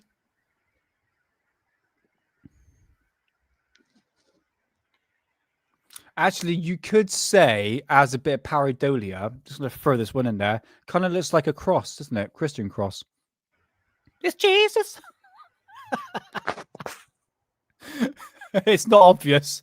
It's not. There you go.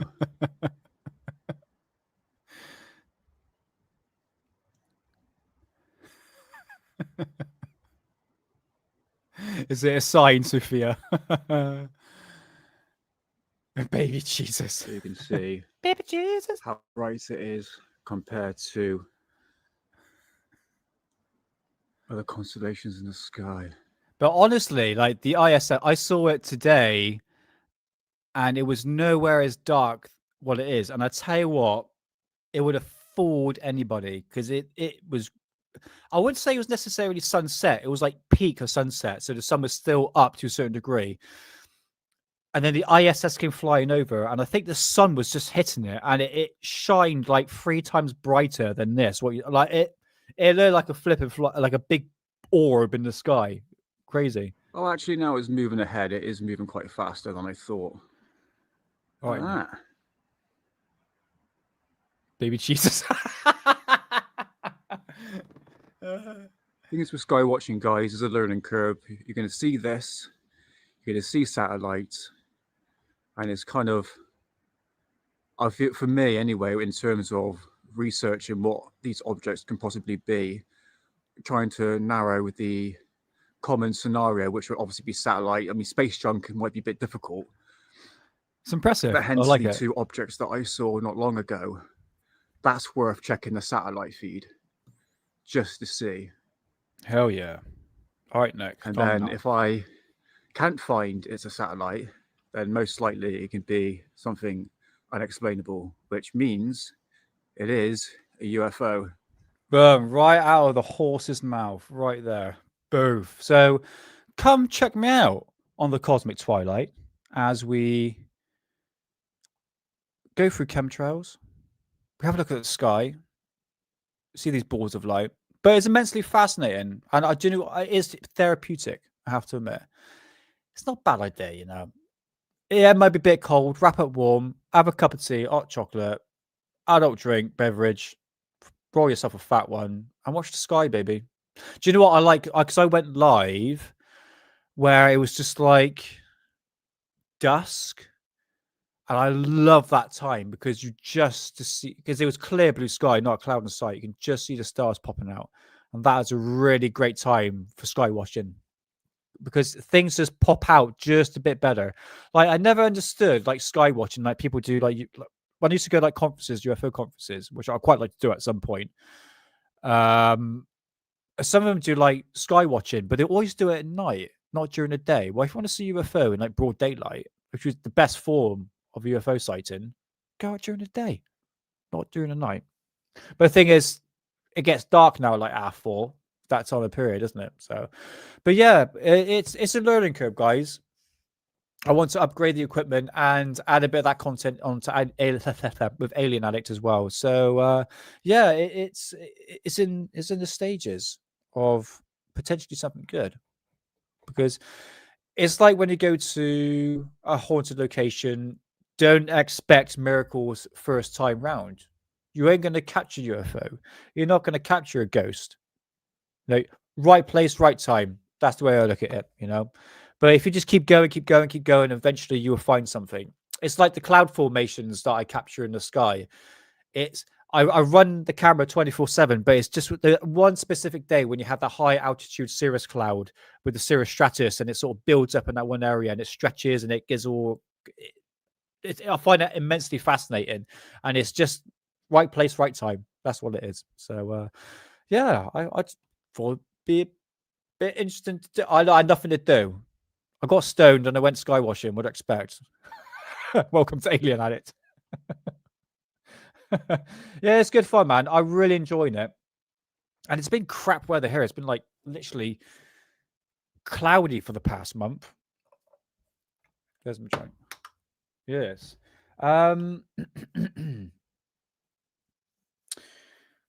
Right. What I'm gonna do is right, Mark. Do you know what? I'm gonna put some Mark Devlin. I'll on chill for a minute and check this guy out. I would love to do. In fact, I can probably reach out to Mark Devlin because I did see him.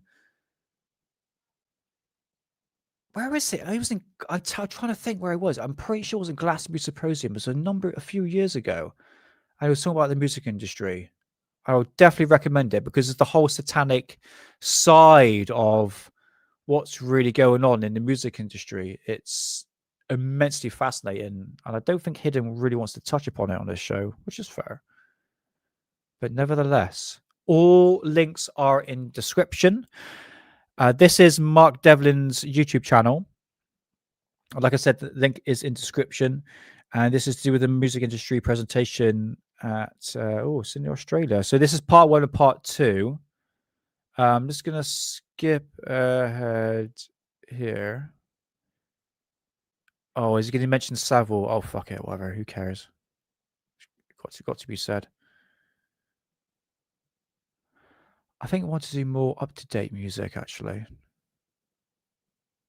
Okay. 3 landmark movies: Rebel Without a Cause with James Dean, The Blackboard Jungle, and the movie Views, and making it palatable for a white mainstream audience in America and beyond. Not the first time that's been done. Moody, is that... Hey, Marcus, how's it going, man? Nice to see you.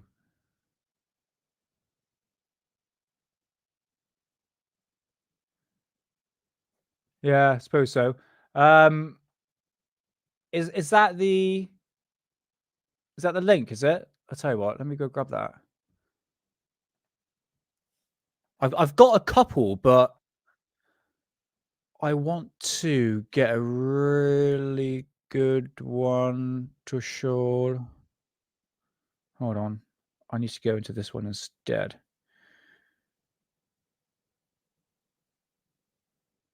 Oh, right. Don't go there. Okay.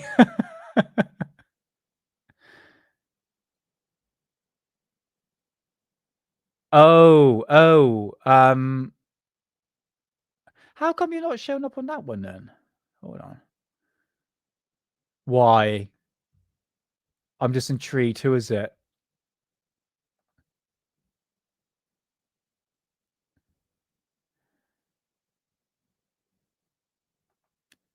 No, I can't see it, mate. It's up on StreamYard. Why is it not showing up? Yeah, there it is. There. Eh?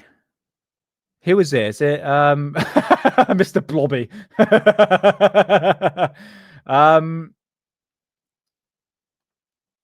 Who is it, Rotary? Just out of curiosity. Is it Miles? Is it Johnston?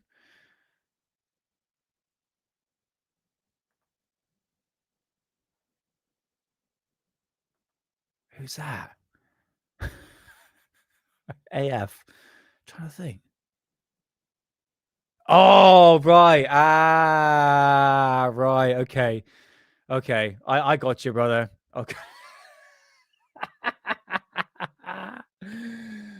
All right. Close enough, Bob. Close enough. Fair enough. Fair enough, mate. All right. 5 minutes of this. Just goes through a bit of the music industry as well. There's some really up-to-date stuff I actually wanted to show at some point, but this to give you a little snippet of Mark Devlin himself. In fact, quite like to get him onto the show. Would be cool, actually. And neither the last. His manager was a guy who went by the name of Colonel Tom Parker. We see him here on the left. Some of you may have seen the film recently, directed by Baz Luhrmann, in which Parker was portrayed by Tom Hanks. Beautiful. So check it out, man. A lot of mystery surrounds this guy. Not much is known about his background. He was a Dutchman, and he came over to the United States. This, I must apologize. This is like a massive deep dive into the history of music. It really is fascinating. But like I said, link is in the description. But just 5 minutes, guys, and then I've got stuff to talk about. It's evidently without the proper papers and with a very shady, dubious background. But he ended up as Elvis Presley's manager. Now, my research has borne out that the word manager so often is interchangeable with the word handler when we get into mind control. And we'll be focusing some more on that in part 2. It seems that anyone who was anyone in those early days of rock and roll had to have an affiliation, a relationship with Sir Jimmy Savile. I take it everyone in the room knows about Jimmy Savile's extracurricular activities, right? So we don't need to recap on those. Just suffice to say that he was a prolific paedophile and necrophiliac. He was a DJ and television presenter who was on British TV screens for around 50 years. Worked for the BBC, those nice people, you know. The BBC is actually a state propaganda broadcasting arm of the British government. It's actually a division of MI6. It's closely linked to Tavistock, and it's all about mind control. Unfortunately, where you find trauma-based mind control, you so often find connections to pedophilia, such as through Savile, and dark occult ritualistic activities. All of this can be shown to be true. All of it can be backed up. There's documentation, there's testimonies to show that this is the case. So here's Elvis Presley hanging out with Jimmy Savile, who, by the way, was not... I had to literally put it at the point where I had to mention literally 3 no-no words on YouTube. Just... hey, how's it going? Moody, how's it going, brother? Colonel Tom Parker. Oh, really? Interesting. Yeah, it's wearing a lot of shit at the moment. Sue, I say Sue. I fucking played that. I mentioned some keywords there. I was like, oh, too late. But I tell you what I like to do, I want to do sort of a little catch up on this presentation because I want to focus more on up-to-date music, because if you've been paying it, I don't really pay attention to. Look, today's music's shit. Let's just face it, isn't it? In fact, I think now AI music is sort of outdoing human consumed music, human music made by humans, I should say. But there's one thing I've noticed, especially through the music videos, it's the symbolisms, the hand gestures, you know, the eye thing, amongst other things that Mark Devlin actually goes into. So maybe at a future point, I will actually do like a bit of a deep dive and even get Mark on the show to sort of do perhaps a presentation or sort of get his analysis onto current day music. And it's, one thing I found fascinating is a presentation I saw years ago. I think it was Jordan Maxwell talking about the graffiti, the gang graffitis. And this is going back into the 80s and 90s, which I missed dearly, to be honest with you. Oh, I've got to show you something. I have to show you. I've been waiting for this for a few live streams. Well, no, I'm gonna find it, and if you don't cry, you have no soul. Joking. I've got to find it first. Hold on. Where is it to? Where is it to? Milk. So... No.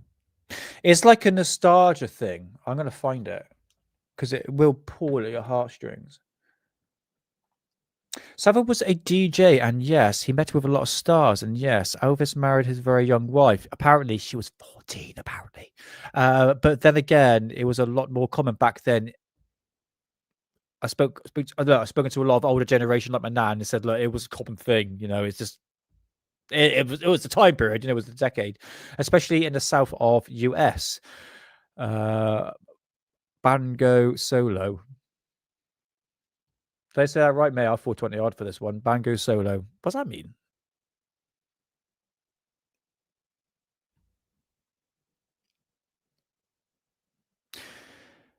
Who was it? Did Savile meet in the hospital? I remember seeing a picture. Yorkshire Ripper. Have you seen a photograph of Savile with the Yorkshire Ripper? I think was that debunked or was that real? banjo. Fucking Jesus Christ, Nick.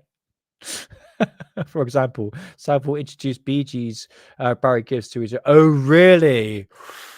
Oh, Moody, you're digging the dirt, buddy. That's lovely. Look, give me more. Bad alien addict. Said too much already. But no, it's true. It's the truth. You know, there's no running away from that fact. It's just the truth. But again, so I read it through here. For example, Savile, hold on. Because then it was different. Even back then, Savile was far worse than. Yeah, I think a lot of people said that he should have been banged up, like when he was actually working in the hospitals.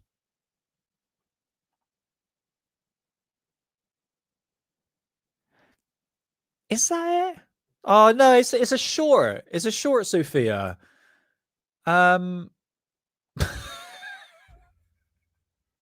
Fucking. Don't judge my reading skills. You know how bad it is. Hey, Benjamin, Music Man, you probably can read better than I can. How's it going, buddy? Nice to see you. Let me find this video.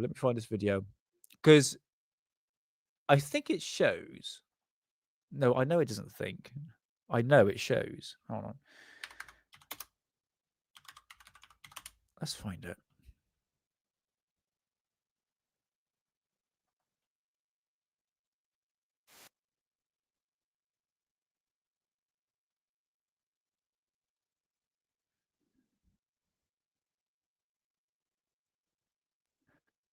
I found it.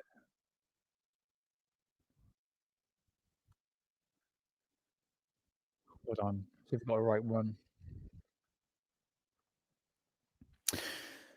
2 seconds, everyone.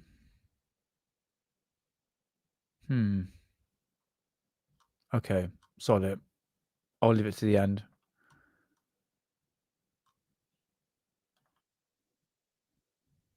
Is that it? Hold on. Apologies for the silence. No, it's not that one. Okay, never mind. Don't worry about that. I'll find it at the end. It was literally like it was a short, and it had all different things from the 80s and 90s, but it had this music. And it's the music. It was extremely key for pulling at heartstrings. Very, very important. Savile lived near the Yorkshire Ripper, I think. Also, at one time, I think the police thought Savile might be him. Really? I think he was a suspect at one time. Bloody hell. I mean, is it Peter Sutcliffe, isn't it? Peter Sutcliffe. There's definitely a photograph of Savile with him, the Yorkshire Ripper, for sure. I definitely did see it. Yeah. Pretty much, mate. Yeah, I've seen videos of Johnny Rotten. He doesn't look that good now. He's sort of let himself go. Kind of feel sorry for him, really. But yeah, he was talking about that way back in the 70s. They knew exactly what he was up to. Absolutely.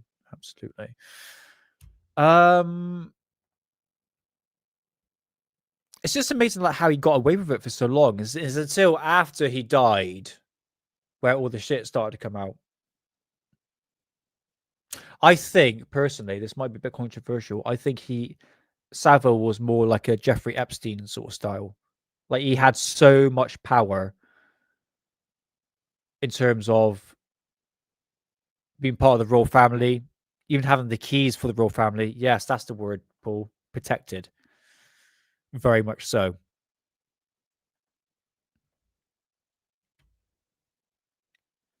And I think he was part of a much more bigger picture. And I don't think we haven't seen the side of it because it goes into politicians and stuff like that.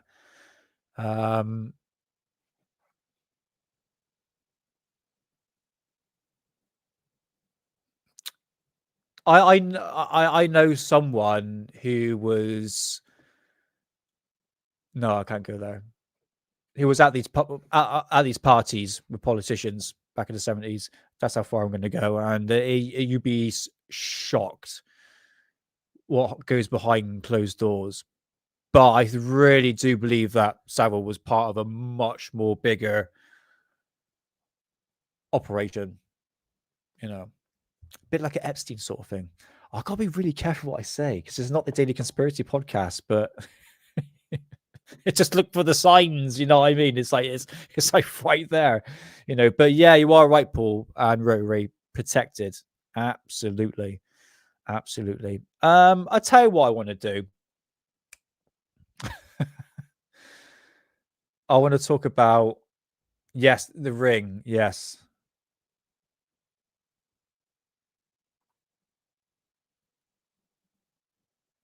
Oh, really? I got to be in the right frame of mind to watch these documentaries. I think there was one that my missus was watching on Netflix, and I was just like, I can't be listening to this on a Sunday. Do you know what I mean? It's just like, it's like when you want to watch a serial killer documentary, you got to be in like the right mood for it. Yeah, I understand, man. It's a lot deeper than what people think. It's dark, it's evil, man. Shows you how a lot of evil people in the world. 3-letter agency involved. I'm really. Oh, is that Thames Riverboats? That's in London? In London, isn't it? And he was definitely involved. You're trying to get me involved with. Really? Wow. So that was before you started doing video games. Because you were doing video games, isn't it, in the 90s, isn't it? Because I think we're talking about Tomb Raider and stuff like that. But yeah. Back in the day, it's completely different. You know, is it now we see the stuff going back then is a bit fringe, you know, a bit touchy-feely. Is that the right term? Is that the right term what people were doing back in the 70s and 80s? Well, especially in the 60s, I'll say. Yeah, guys, go check out that guy's channel. I mean, conspiracy is a big topic now, isn't it? When you look at it, it's not. I mean, I'm getting conspiracies gifted to me by YouTube through the algorithm. I mean, to have Alex Jones, Mark Devlin, and David like unbanned, it's saying something, and they are gaining subscribers. I mean, when David Icke's channel came into back to YouTube, I just want to see if he's actually passed 1 million. Oh, he's got over 900,000, so that's a lot. But yeah.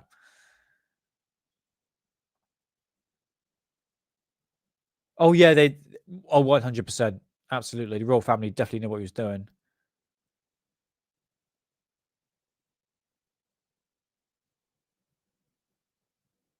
Dare I say Jill Dando? Rotary, do you know about Jill Dando? And her murder outside her house was actually something linked to the ring, the PDF ring. You understand what I'm saying? Is that right? Didn't Richard D. Hall do a video on that? I think he did, didn't he? Crime Stoppers. Yeah, that was it. Yeah, Jill Dando was a very beautiful lady back in the 90s. Very posh speaking. And she... hold on, let's bring up her. Jill Dando.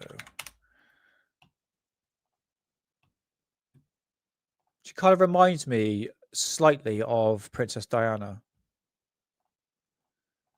Yeah, Jill Dando. There we are. Jill Dando. So, yeah, she was a English journalist, TV presenter, and newsreader.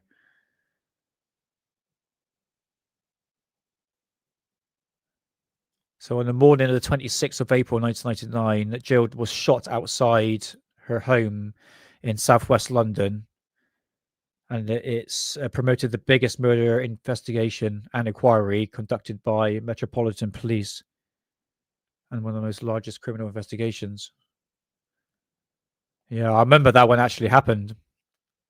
The guy that apparently shot her, he was all over the news. He was being blamed for it.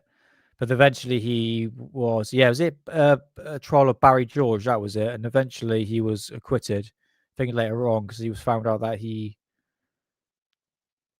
didn't do it. Might be wrong. I did see a documentary on it, but this is where things get a bit. So I'm not too sure whether or not I can actually clarify this, but Jill knew about what Savile was doing and the P ring going around various organizations at the time. And I think that's the one reason why she was bumped off, because she wanted to actually release the information either in a documentary on Crime Stoppers.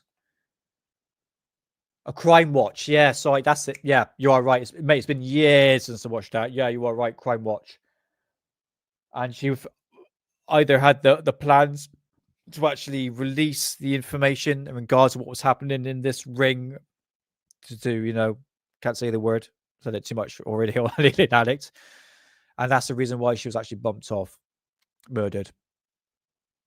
So the whole thing is very suspicious. I don't want to say too much, but if you want to find more information on that, especially if you're from the UK and you knew about Jill Dando's murder back in 1999, go 999. Is it really that long? Yeah, it's like coming up bloody 30 years. Crazy. There is a documentary by forget his bloody name, Richard D. Hall. Yeah, I think it was Richard that did one on Jill Dando. So I think it's worth looking into if you're into that. Oh, she was born in Weston-super-Mare. Interesting. So yeah, but lovely lady, very posh. Speaks like that. Might put this old chap into the garage. I had like an old client, and she's like she lived in Bath. Very very posh people in Bath, and it was like this 1960s like lawnmower that I was using, and she goes, "Do you mind putting the old chap into the garage?" That quote stayed with me for like a very long time. Oh, bless her. Oh. Yeah, it's a bit fishy, mate. I have to admit. I should probably, I've got a bit of time tomorrow. I might delve into that. Nick, I worked at the BBC as work experience when I was 16 in children's science department. Everyone knew to avoid Savile, really, because of his predilections.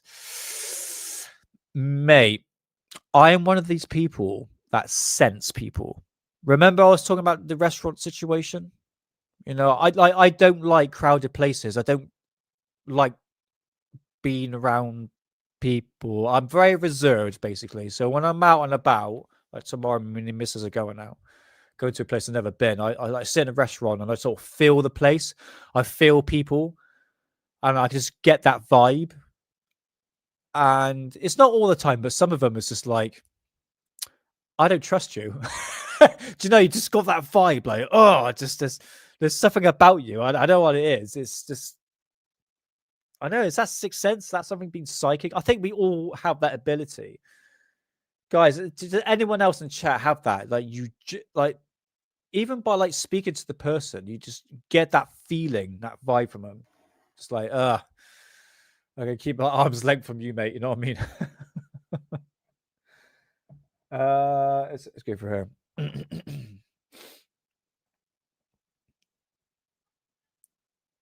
Really? Oh my god, bloody hell, Bob. Flipping hell. God, it's so long ago, isn't it?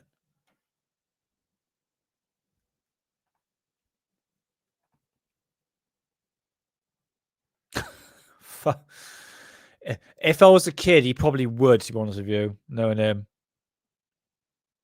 But he was powerful, too big with the public. Yeah. Talking about being protected. So everyone turned their eye, but made sure that everyone avoided him. Yeah. Go one true Saxon. One true Saxon. Oh, I couldn't agree more, mate. Oh, dear. Hypervigilance. So that's a new word for me, mate. Oh, go on then. Go on then. Oh, so we all do then. We all get is that what it's called? That sort of sixth sense. You can just feel that vibe. Like the cat here is like, I want to go on your lap, but I know I'm wet. I'm going to make you angry. Right, darling. Oh, bless him. Yeah, we all get it. Yep. Yep. Mate, it's weird. It's yeah. I've just always had that feeling. Like there was one guy I met in Sainsbury's, and he said to me, he goes, "Oh yeah, you fixed my aerial on top of my roof." I was like, "Mate, no." I said, "No, I'm a gardener. I'm fucking dressed. I got secateurs at the back of my bloody, trousers and everything." And he goes, I don't want to be rude, so I ended up having a conversation with him. But I was just like, "There's something just odd about you, mate. Like really odd." And he goes, "Oh yeah, I got a garden to deal with and all that." I'm like, "Right, okay." And then eventually we exchanged emails, and turned out he was gay for me. And he was saying some very, very suspicious stuff. And I sent it to my missus, like, check out this fucking geezer. Like, I just knew when I was having that conversation, like he said to me that, "Oh yeah, you fixed the area on top of my roof," to try to get the conversation going. I'm like, no, like, who are you? But I don't want to be rude. So I end up, but yeah, blocked his ass. I'll put it that way. Never went to that Sainsbury's again, innit, darling? But mate, it's just that sixth sense. You just feel it. It's automatic. Oh, Tom Baker. Is that the Doctor Who guy, isn't it? Doctor Who guy. I met Tom Baker. He was my childhood hero. But he was cool and everything. Loved him. Super quirky and smart. Yeah, remind me, is that Tom? Yeah, Tom Baker. That's the Doctor Who guy, I think. Hey, Jammit Musa Man. How's it going? Did I say hello to you earlier? Oh, Bino. Sorry, Bino from Oz 75. I do apologize. I skipped over your name. I'm so sorry. Welcome into the chat and happy Friday. And then I hope you're doing well. Hope you're doing well, man. Yeah, we're going a bit off topic today. We were supposed to play the documentary, but everyone's getting copyright strikes. So we're just a general chat. We've been talking about over an hour, talking about food and all that. But I hope you're doing well, man. And welcome to the show.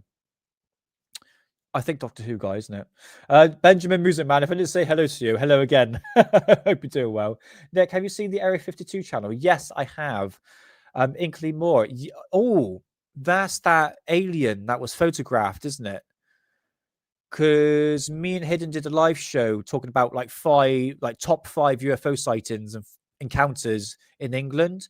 And that one popped up, Inkley Moore. I'm going to Google that right now just to show you. It's an amazing photograph. Would I have it here? No, I think I moved it. All right, 2 seconds. It's a really interesting photograph. 2 seconds. So that Inkley Moore.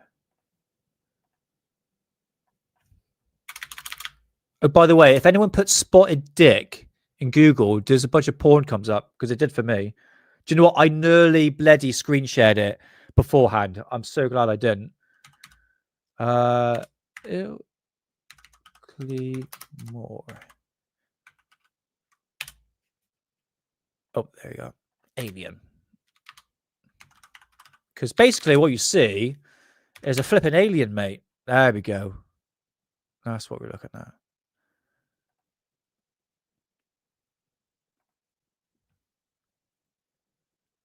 Inkley Moore, alien. Photo.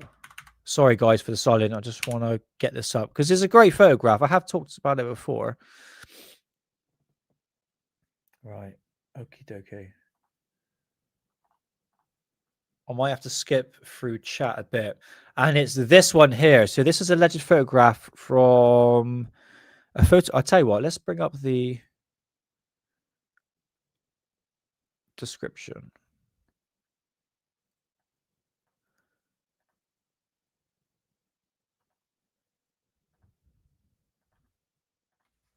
Do that, put in ChatGPT. Right, so this photograph, it's this here. Can I save that? Yeah, sod it. I tell you what, guys, just to make it easier for you, I'm going to save this to my hard drive and bring it up there. Oh, bastards. Never mind. For fuck's sake. Okay, sod it. Let's bring that up instead.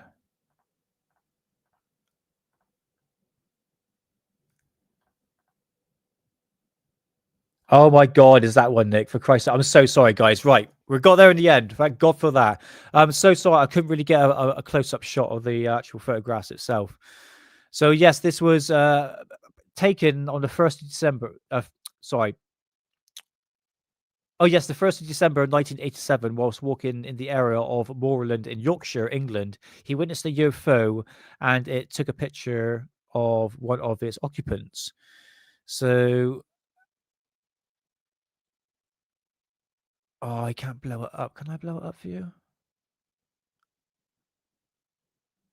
Oh, gay. Oh, fuck's sake. So sorry, guys. I'm just going to do this instead.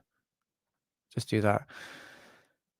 Right. There we are. That is basically the alien that was seen and photographed in Ilkley Moor, UK, 1987.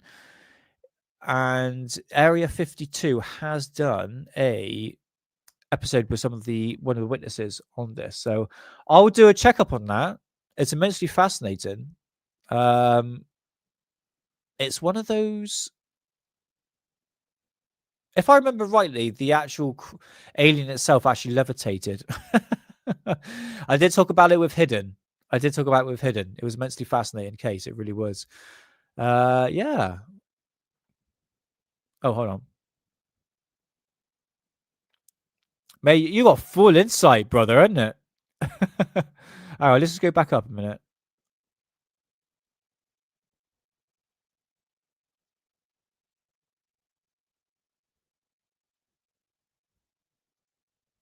Oh, I did say hello. Oh, that's good. Yeah, it's a bit of a pub chat today. Like an unplanned show. Yeah, welcome. Nice to see you, Bino. Nice to see you. Welcome on in. I was going through chat quickly. Yeah, it just looked like it, doesn't it?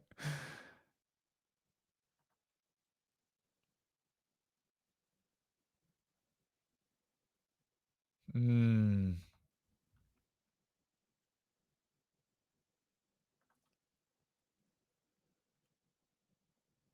Well, they definitely take control of everything, really, when you look at it. Especially the PPC.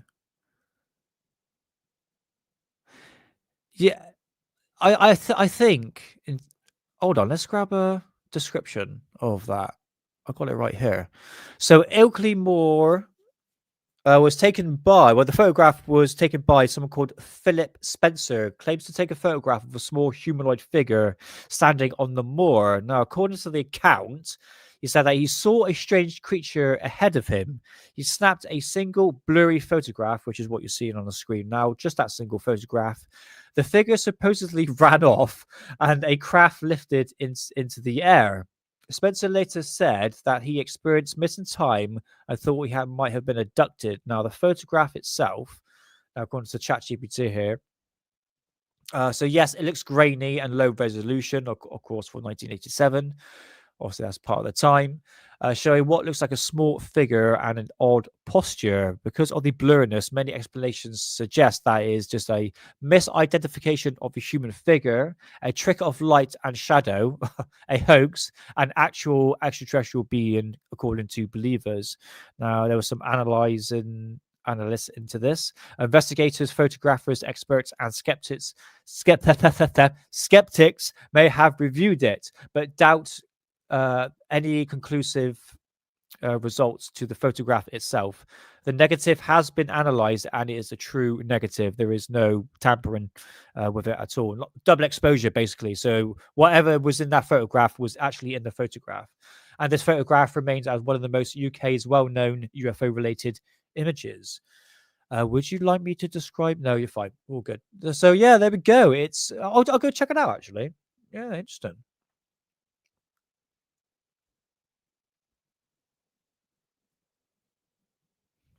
You are full of knowledge, aren't you, brother? Full of knowledge. Well, you've been through the industry, brother, isn't it? So you know the ins and outs. But if I come across Savile, I'll definitely avoid him. If I see his ghost. Oh dear, I'm just trying to put it funny. Yeah, there was one description saying that looks like a puppet. I'm just trying to get like a really good photograph so we can actually blow it up. All right, can we put that one there? Is that another one? Yeah. Okay. All right.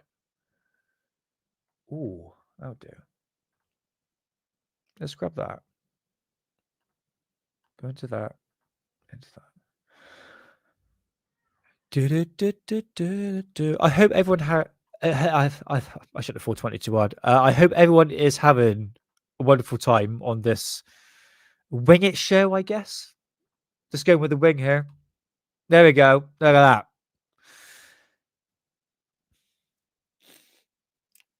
Easily could be faked, admittedly. But because it's a Friday evening and I'm with you guys, I'm saying it's real. Fuck it. Why not? I'm in the headspace for it. What do you reckon, darling? Do you think it's real? I thought it was a yes then. Yeah, look, that arm is a pretty girthy arm, isn't it? The thing is, once you start zooming in, you lose the pixels, isn't it? Let's see what I mean. Look, you could say, oh, eyes, bit of nose there, pareidolia right there. But here is a Swiss roll and another Swiss roll. Where's the other photograph? There we go. So this is the original. This is the original. Let's put it up to about there. Have a look. Whilst I just blow my nose very, very quickly.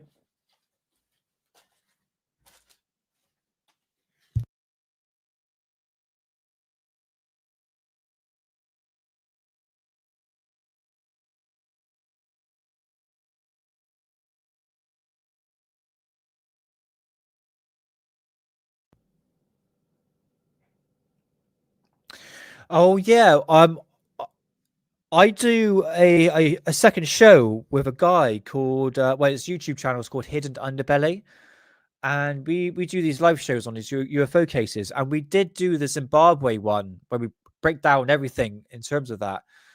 Go check out Bino, the Vonarich UFO sighting in Russia in 1989 or 1988. Same description of floating beings. There was another case as well. Oh, bloody hell, what was it? Pascagoula case of 1974, I believe, where Calvin Parker and Charles Hickens saw two floating beings as well. They were floating. Yeah, Vonarich and Pascagoula case, sort of same sort of scenario, floating beings. Immensely fascinating. Oh, no, that is StreamYard. So what I'm planning to do, I'm going to use OBS. So everything's going to be like proper quality because StreamYard it's just crap. Like the frame rate's not there. The microphone sound quality is crap. And I need to use OBS. So that's next on the stage. But yeah, when I'm showing photographs and videos, it's crap, man. So let's just go in a little bit. But that is what you've seen here is an overall perspective of... No, that is the original. Yeah, it's just got a circle around it. Let's zoom in. That's how far I can go. So I said a man on a horse. Yeah, it could be. Black cat. Yeah, it could be. I tell you what, Bino, what I'll do. I am going to put the link in description. Hidden underbelly. And there's always a good laugh. There's always a good laugh. What I can do, I'll put you to the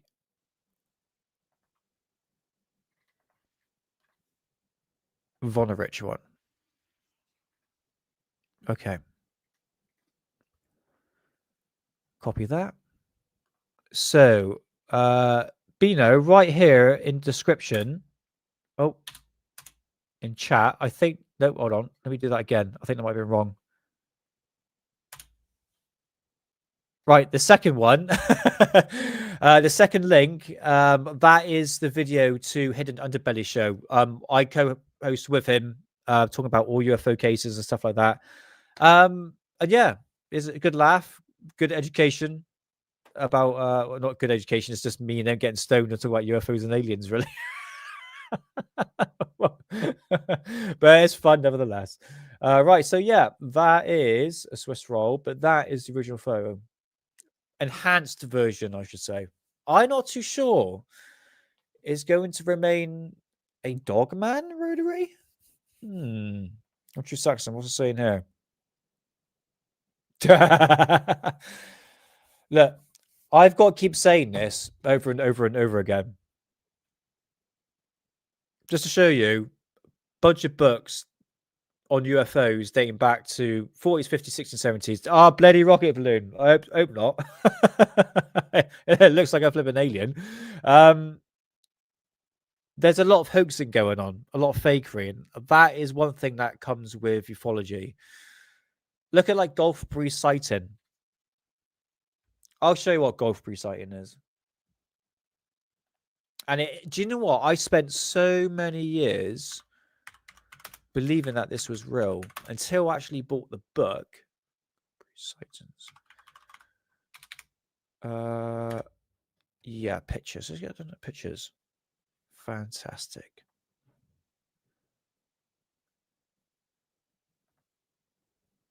Right. Check this out. I have done a video on Gulf Breeze sighting. It's actually on Alien Addict, believe it or not. I think it's one of the early episodes. So the Gulf Breeze sightings from 1987 into the to 1994, I believe. These were a series of photographs taken by Ed Walters, specifically Ed Walters, and the wife as well got involved. Yeah, that's another one there. Yeah, that's one of the most famous. So what? Go back to that one. That's one of the most famous photographs taken of the flying saucer in the road. But the thing is, once you start reading into the book, 2 seconds.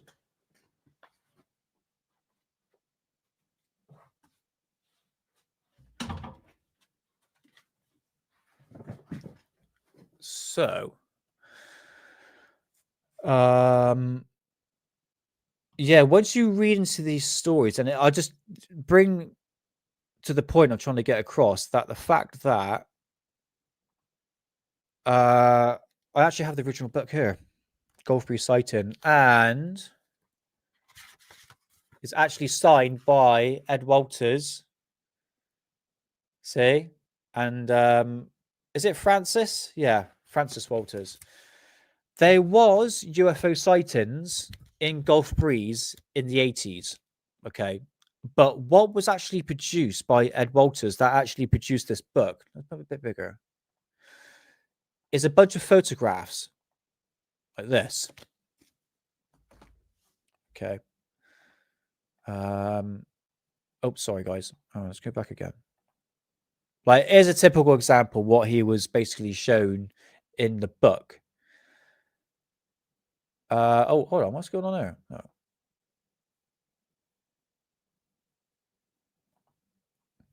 Is that right?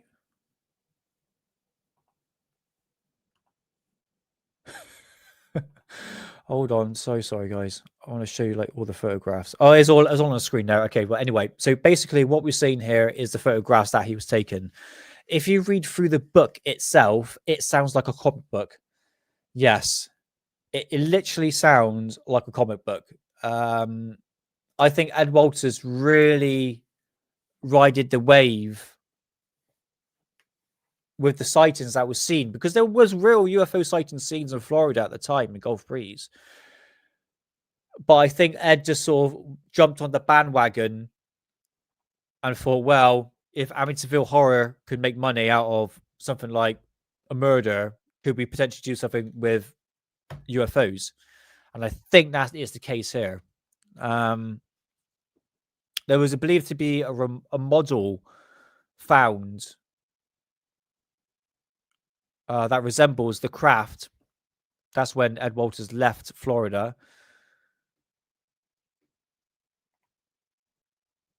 Yeah, you see what I mean, Bino? When you read the book, you go, "Ooh," like, like there's one photograph. I tell you what, I think I'll show it here. You probably know what I'm talking about. Like, if you want to see me, what I'm like in the morning,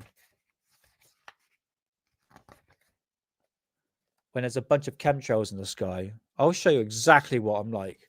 Here's Ed Walters in a towel. He's just come out of the shower. He ran outside. He's got his fists in the air.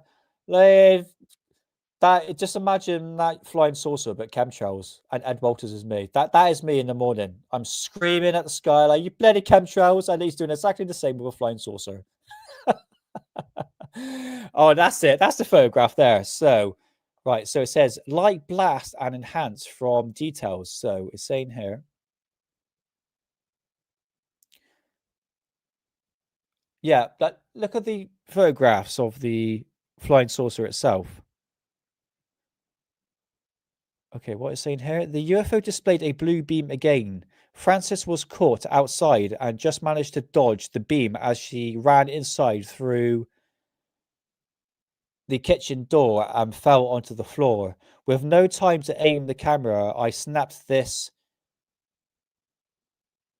shutter and caught photo 24. So that blue beam, freaking laser beam, is actually the blue beam from the craft itself. Comic book. Read it. I think I did an episode on it. Yeah. Exactly, Paul. Just with an emoji, just like, oh, Christ's sake. But once you read through it, flashing aliens, yeah. But the thing is, what people, especially what MUFON says, the Mutual UFO Network, will say, they actually got involved with this investigation and apparently gave Ed a Polaroid camera and snapped a few photographs. And apparently MUFON said it's real. I don't think it is. But there is one video footage. It's called the infamous Travel on the Road. And it's literally Ed Walters. And it's basically Ed Walters in the car. And you got the two MUFON investigators. And they're driving down the highway. And Ed starts like rolling around in the back of the seat going, "Oh, my head, my head." It's like EastEnders comedy. But it's out there somewhere. But I can't find it. It's hilarious. So be very careful what you tend to believe when it comes to Gulf Breeze sighting. It's immensely fascinating, but sometimes you got to be like, use your noggin a little bit and going, this guy's taking a piss, you know. When your gut instinct goes, yeah, this guy's riding it. A bit like the James situation and his metallic dildo is like, yeah, is clearly faking it. But I have to admit, Bino, if you're new to Alien Addict, we go a lot into the history of ufology, going all the way back to 50s, 60s, 70s, but we're primarily on Tuesdays looking at UFO magazines. So what we do, we pick a month. So today we're obviously with the month of November. So I'll pick a magazine from a month in, for instance, in 1998. So the month of November 1998, and we review the magazines. Back in the day, in the 90s, Gulf Breeze sightings does get brought up in one of the magazines somewhere. It's going to be in a later edition. And they were thought that they were actually genuine. Like the case was very, very high up as a very substantial UFO case, especially incident. But now it's been over 30 years later and ufology has changed, and I think a lot of people has changed their aspect on these certain cases. It can be to any sort of cases like George Zamsky, Billy Meyer, like Gulfbury sighting, Benny and Barty Hill. It could be anything really. So our perspective has changed, but you still get your full believers.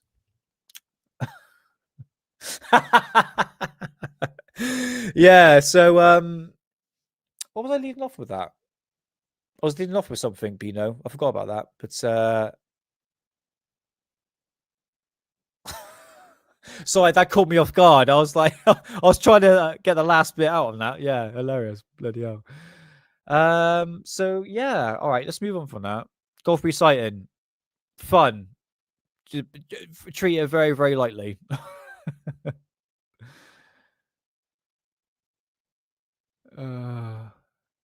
Let's have a look. Let's put my notes up. Oh, I'll tell you what we can do. Last night, I was filming the skies. We're going to do exposure. Okay. Tell you what. I haven't actually looked at this yet. Okay.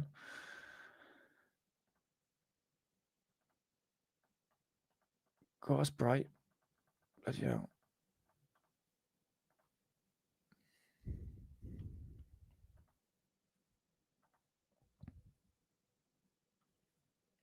I think I saw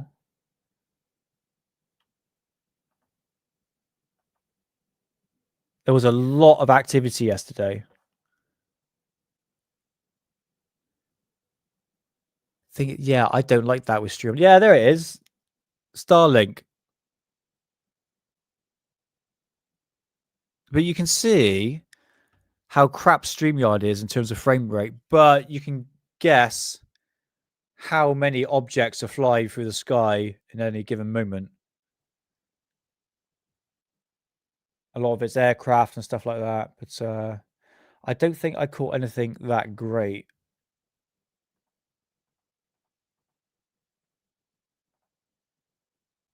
I was actually looking for 3-Eye Atlas, actually, but anyway. Yeah.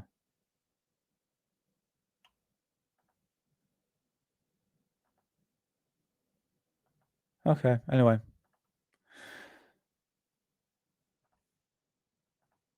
Just thought I'd show you the night sky. Don't know why I want to show you that. Oh, yeah, by the way, what's this? Background. Oh, it's Thanksgiving. That's what it is. I was trying to figure out what the bloody hell.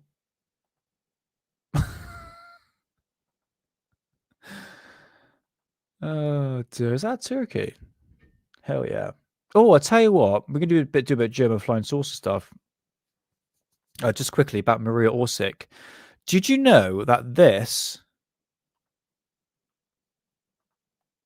There we go. That cannot be found on the internet. I actually did a reverse image search, a reverse image search onto this photograph, which I got from the internet many, many years ago. And I was scouring the internet, used ChatGPT, used Grok, I use everything. Trying to find this photograph. Can't find it anywhere. So I think I have maybe the original photograph of that. I'm not too sure. This is the real flying saucer. South Park.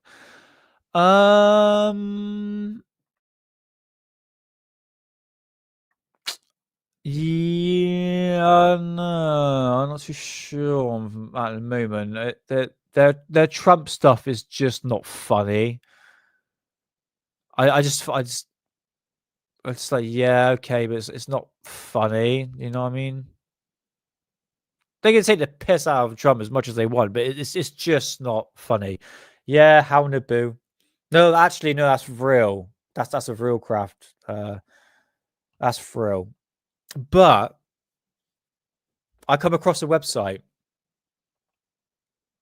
and it's my all-time favorite golden woman, which is actually my girlfriend, but Nevertheless, just for the live stream, you should give me my golden woman at this time being. And I'll show you exactly who this person is. Why can't I not find it?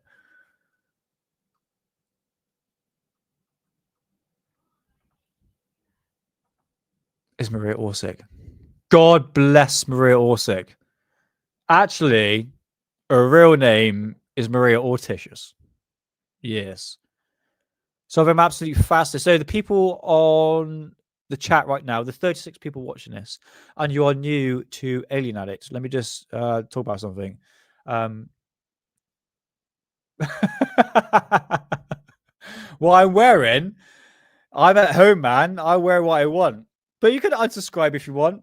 No problem at all. But yeah, thanks for being here. All the best. But if you're new to the channel and you're not offended by a man wearing a vest who looks like in the boy band, I deal with a lot of German flying saucer aspect of that conspiracy, that the Germans built flying saucers, anti-gravity flying saucers, flying discs. And I've done about 6 parts already, breaking down a conspiracy, giving you sort of the best detail analysis into like books, publications, something that I can actually look at instead of actually somebody just saying it. It's like, oh, trust me on this one. So really basing my research on actual publications. And one aspect I always find absolutely interesting. I know you're kidding, man. Don't worry. I'm just pissing around. One aspect I always find interesting is that the fact that it's Maria Orsic. Man, people get boners for her. Like literally boners for her. It's absolutely incredible. Yeah, I fucking own it, man. I know that vein there. I don't really care. I could be gay. I don't really care. I got my missus here, and she kindly jumped on my face right now if she wanted to. Right, babe. Look, listen. Sometimes you got to step out your comfort zone, and this is what I'm doing now. Actually, the reason why I'm wearing a vest is because it's extremely hot in here. I can never get the temperature right, balance it from being from hot and cold. It's either get extremely cold or very, very hot. Hence, I'm wearing my vest at the moment. Ideally, I do look gay, but I own it. Yeah, but boy bands, yes, that is what I'm technically going for. In fact, I've got a 90s hairstyle, and that would be like flipping Backstreet Boys. So I've gone for the beanie this time, so I can cover that bit up. But anyway, Maria Orsic, fascinating. Absolutely no evidence whatsoever in terms of evidence of her existence. But I'm always battling with the internet. Well, not me battling. It's just the conspiracy behind her. And obviously, we're talking about. Let's go back to the website. Hang on. Wait a minute. There we go. There we go. This is what we're talking about, Maria Orsic. I always say to people that are into this conspiracy side of the real society and Maria herself, it's, could you supply me with a real photograph? And I normally give this one. And in all honesty, not too sure where it's all based upon. This photograph, I can tell you where the first photograph actually comes from. Back in one of my publications here, that's the second one that came out. But I found this website called the Maria Orsic Hoax. Okay, and I think it was always worth going for like both sides of the actual story. Yeah, she is hot, but whether or not she actually exists or not, this is the problem. But go check out part 1, 2, 3, 4, 5, 6. I think I've done like 6 parts on the German flying saucers, and I've done about 2, 3 parts on Maria Orsic and the Real Society itself.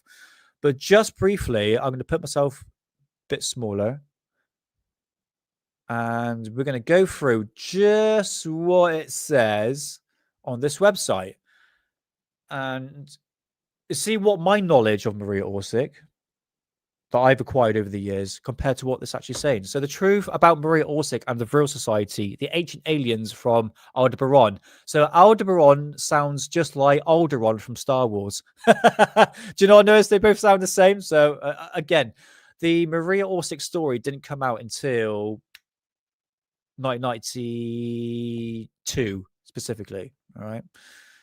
And I've talked to Def about that on previous parts. So go check it out at some point.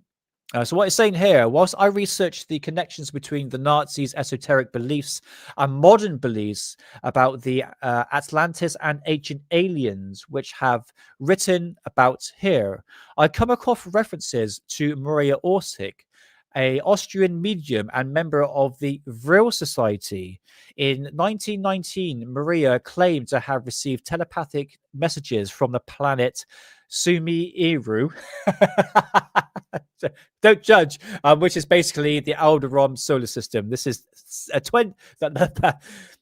68 light years from Earth. Now, these messages said that the Sumerians and ancient Mesopotamia had come from Aldebaran 500 million years ago, and the Aryans were their descendants. So this is what this guy is saying here at this page. So I don't believe that aliens from Aldebaran really communicated with Maria Orsic, but I did look into what I've come across evidence from belief into ancient alien theories pre-Nazi Germany. So I realized the story of Maria Orsic is a hoax. All right, hear him out. Hear him out. So there is a lot of dodgy and unreliable claims about Nazis and the occult. Yeah, I guess so, to a certain degree. My free research, I come across numerous references to the Vril Society. According to Michael, I know this guy, I can't pronounce his surname, Fritzard, members including Hitler, Hess, Goring, and Himmler. And this was taken from the book The Nazi Occult War in 2013. I assume that they were real people, like the Tula Society, which is a real organization. Those members included Nazi leaders Rudolf Hess and Hans Frank. However, some doubt that there were ever a Vril Society. This is it. There's Vril Society gets pushed out so much in today's ufology. But really, when you boil it down, there really is no evidence. Anything I can find from a society back in the day, especially a real society, it got brought up in the 1930s. But that was to do more or less like a science fiction reading called it's called Vril. I'll show you right here. I can spell it right. Vril, the cosmic primal force. I think this is it. Yeah.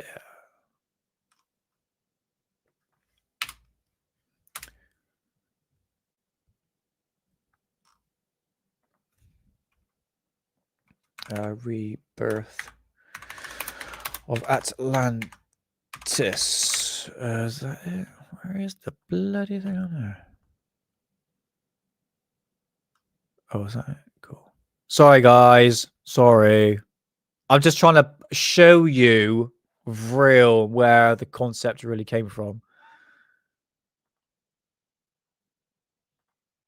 Okay, we'll get to that in a minute. So yeah, Vril came out in basically in the 1930s. No, actually, it actually goes back to a novel back in 1871 called The Coming of the Race. Move away from that. So whilst it does appear that there was some sort of Vril society or society which believed in Vril, but there is no evidence that it was influenced by some claims, making it the Vril. We'll get to that thing in a minute. Nothing about Maria Orsic. Okay, right. Even this guy got it. Right. Here's the story, and I've talked about this quite a lot on Alien Addict. So the Vril project has not been published in English. However, in 1994, Jürgen Rathofer and Ralph Ettel made a documentary called UFOs Secrets of the Third Reich, which claims that the Vril Society was founded in 1919, and Maria Orticius, played by this bird right here, and a dramatization received telepathic messages from Aldebaran. These include instructions to build a time machine, which was not completed, but with the inspiration of Nazi flying discs or flying saucers, which was first built in 1934. The documentary can be found on YouTube. Yes, that is very much true. So,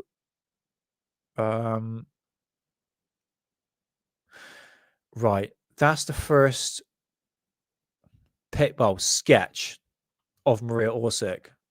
Isn't she beautiful? She looks like a fucking quail. No offense. I think she was created after World War II. Connections to the group was trying to bring back the whole Nazi thing. The way helped the young men evolved, I think.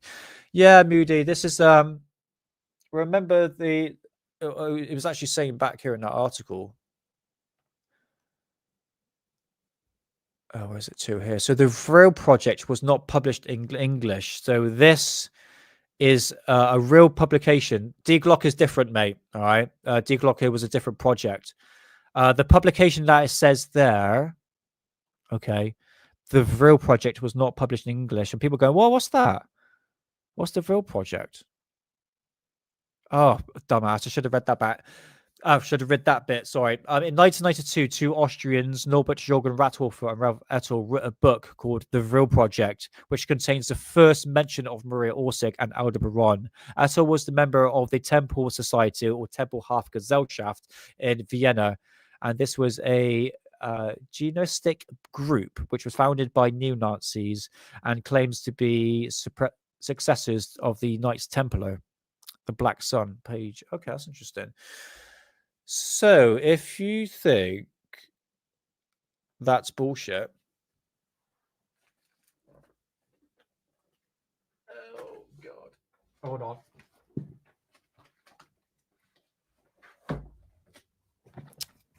It took me about over 10 years to finally get the original book. This is the original book from the society, the Tempelhofgesellschaft. This is I got two books here, and this shows all the Vril Maria Orsic flying saucers. This is where it all started. You want to know about Vril Haunabu, Maria Orsic Vril Society? This is the publications you can find. The whole breakdown is on my Cosmic Twilight channel. You can see a bit of Haunabu action right there. Beautiful. This is where it all started, guys. In fact, do you want to see the first ever picture of Maria Orsic? I'll show you what.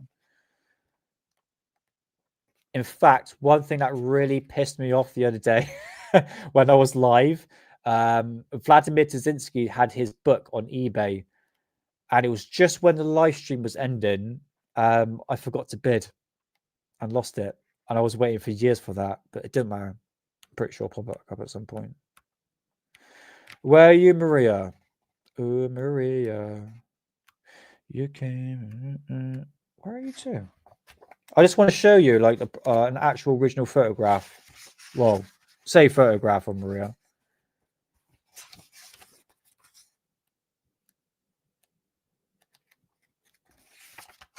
Where are you to? Sorry. I can't find Maria, guys.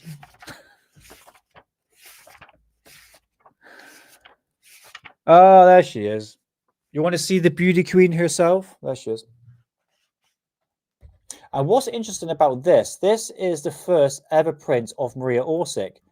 But look at the name, Maria Ortish. Now read that bit. Member of Tula Gesellschaft. Okay. But Sigrun was the member of the Vril Gesellschaft, which means Gesellschaft means society, so Vril society. So that's Sigrun, and that's Maria Orsic. There you go. Proofs in the pudding from the original documentation itself. Sorry, there you go. There you go. So when I say Gesellschaft, it means society or organization in German. Because this is written in German/Italian. Is that Italian? I think it is. Right. But I just found that website. I thought it was pretty interesting to bring up, to be honest with you. Anything I can add to this? So I guess there is some truth into that. Yeah, and it's just like the series of photographs afterwards. You know, you got that one, and you got that one. Yeah, they take the picture of like Kate Moss put a face on Hitler's body, and boom, there you go, Maria Orsic.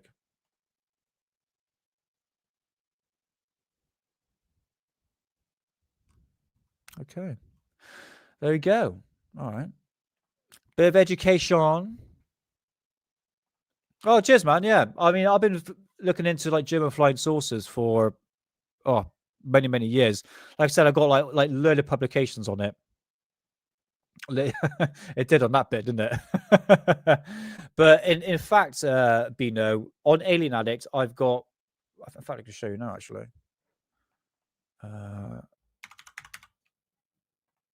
Because I do find it fascinating, and that's one subject I've always found intrigued to see whether or not the Germans actually built flying saucers in World War II. It sounds outlandish, but the Die Glocke, that's a project that definitely did happen. Absolutely 100%.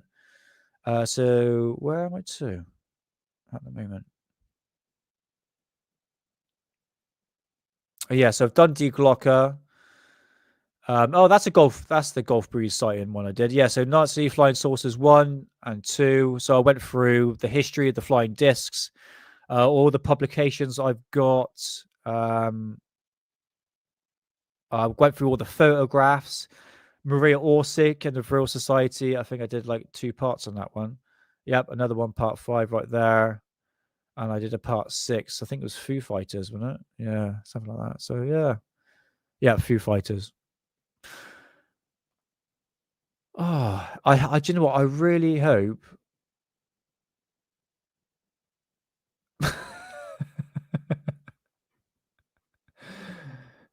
Good. Oh, good night, Sophia. Yeah, sweet dreams, and I'll speak to you soon.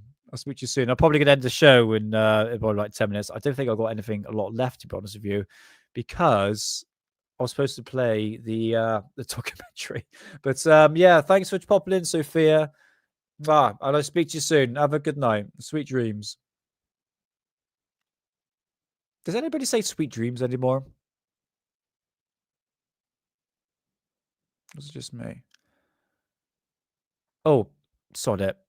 I tell you what, to cap off the show, let's go back to 1989.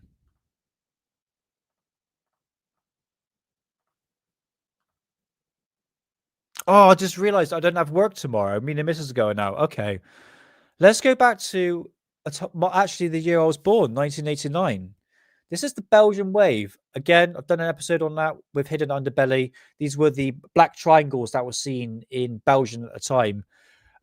Thousands of people, police officers, civilians, saw these black triangles. And this is just, think about 8 minutes long. Let's play it. Unknown forms in the sky surprise and alarm citizens below. Oh, sometimes causing governments to bollocks. do battle with the unexplained. Okay, for the people that's watching this in the future, if there's a sudden cut, it's because I actually have to take in this out because it's to do with the History Channel. All right, so I do apologize for that, but link is all in descriptions. All right. Do you think I'll get copyright? Belgium, the center of Europe, and the focus of one of the most famous Oh, UFO no, encounters comedian. in history. Won't be long now. On the evening of November 15th, 1989, police officer Francis Michalczyk had completed a few hours of routine patrol in Enns, a Belgian village near the German border. When Michalczyk says he looked up. Oh, sorry, man. I don't think I've seen you in chat before. Atari 490. How's it going, man? How's it going? Yeah, Atari. Yeah, I have an Atari. Oh, is that to do with the video? Because it's History Channel, isn't it? Damn it. And became one of the first witnesses We'll see. of the Belgium Play 5 wave. minutes. Nous avons observé une masse importante qui était dans le ciel. We saw a large mass in the sky, a triangular mass with 3 lights oriented downward, about 200 meters from our police van. Cet objet ne faisait pas de bruit et était immobile. The object was silent and immobile. This object did not correspond in any way to anything we'd seen before. À ce que nous avions déjà pu voir dans le passé.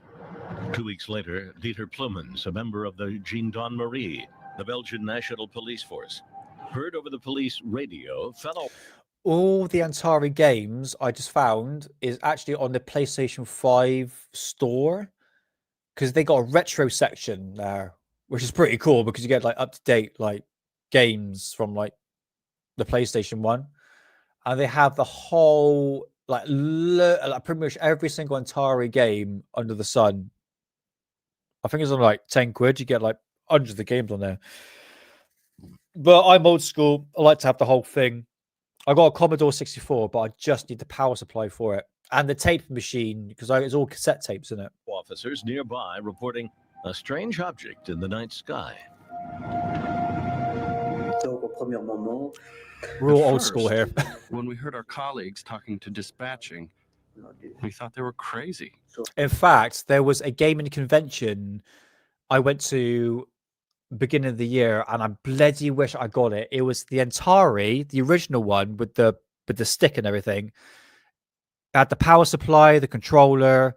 I had a couple of games with it, and had no box, but it was all fully functioning and working. And it was 80 quid. And I was like, it was that or PlayStation 2. And I was like, what am I going to play more? And I ended up buying a PlayStation 2 so I can play SSX Tricky. Yeah, I got a lot of PlayStation 2 games I like used to absolutely love.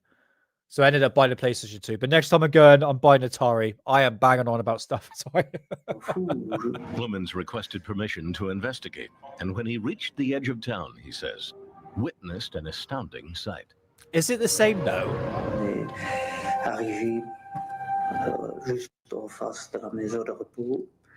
We stopped right in front of the nursing home, and there was an immense object over our heads.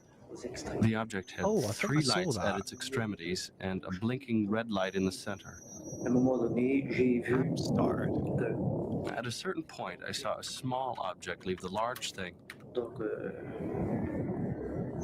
An object which was also flashing, which came straight down and then turned and flew around the back of the nursing home. Cool, they're expensive, mate. Like 500 quid. After that, I'm the large starred, object 464. transformed itself into a single light, and we followed it toward Germany. Belgian radio and TV were soon filled with reports of similar sightings, prompting hundreds of calls to the office of the top UFO research group in Belgium, known by its acronym SOBEPS. I've seen Over the that. next several I got months, that. researchers documented more than 800 so-called close encounters. SOBEPS eventually published 2 thick volumes on the Belgium wave. Specific characteristics of the phenomenon were reported by many people. Yeah, that's the Then, music. on March Yeah. 30th, 1990, the Belgium wave story took a dramatic twist. Near midnight, several police officers called the NATO radar installation with reports of a UFO. Within an hour, that facility and a second. So I got to pause it because it's History Channel. Yeah, I tell you what, guys, if you want to play old school games, right, with your old school controller or console, sorry, I got a box that you got the 3 prongs, the 3 connections that you put in the back of the TV, or it's a bit like a start lead, isn't it? So I bought a box that goes into HDMI, so I can play like a PlayStation 1 into my current TV. So like a little box like that. I can't remember what it was called. Because everything used to have like start lead at the back of it. Obviously that's gone away with, but now you can start to play like old school games. But bear in mind, you can probably just download it now. Like you get the mini versions and all that. But I'm a PlayStation guy. My first console was PlayStation. I can remember actually going into the store. I think it was like 1996 or 1997. And my best mate, Simon, still my best mate today, he had a Nintendo 64. And I was like, I want a Nintendo 64 because there was like Mario Kart and all that. And I remember being in the store with my mum, and the guy behind the counter, I know my mum said to me, he says, what do you want, a PlayStation or a Nintendo 64? And I said, I want a Nintendo 64. And the guy behind the desk goes, mate, get the PlayStation. And I was like, but I want I want a Nintendo because my mate's got it. And he goes, mate, trust me, get the PlayStation. And I eventually got the PlayStation. And do you know what? I did not regret that decision whatsoever. I find Nintendo games quite child friendly, but with the PlayStation 1, you had like Tomb Raider, Resident Evil. I've got a load of games there, like Silent Hill. You just didn't have that really on Nintendo. So I'm glad I made the right decision for that. Sorry, I was supposed to be playing a video here. Sorry. Radar station were both tracking Yes, an Ridge unknown Racer flying object. and Wipeout as well.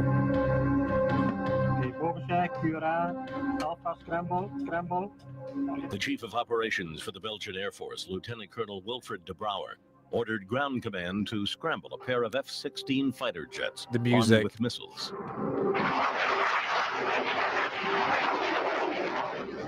Oh, there's too many things with the Commodore, isn't it? A Got by this, supersonic got by high-tech that, cat and and then a mouse few game other things. ensued. The jet's radar locked on to their targets 9 times, but with each lock-on, the object drastically changed its position. After an hour, the F-16s lost contact and returned to base.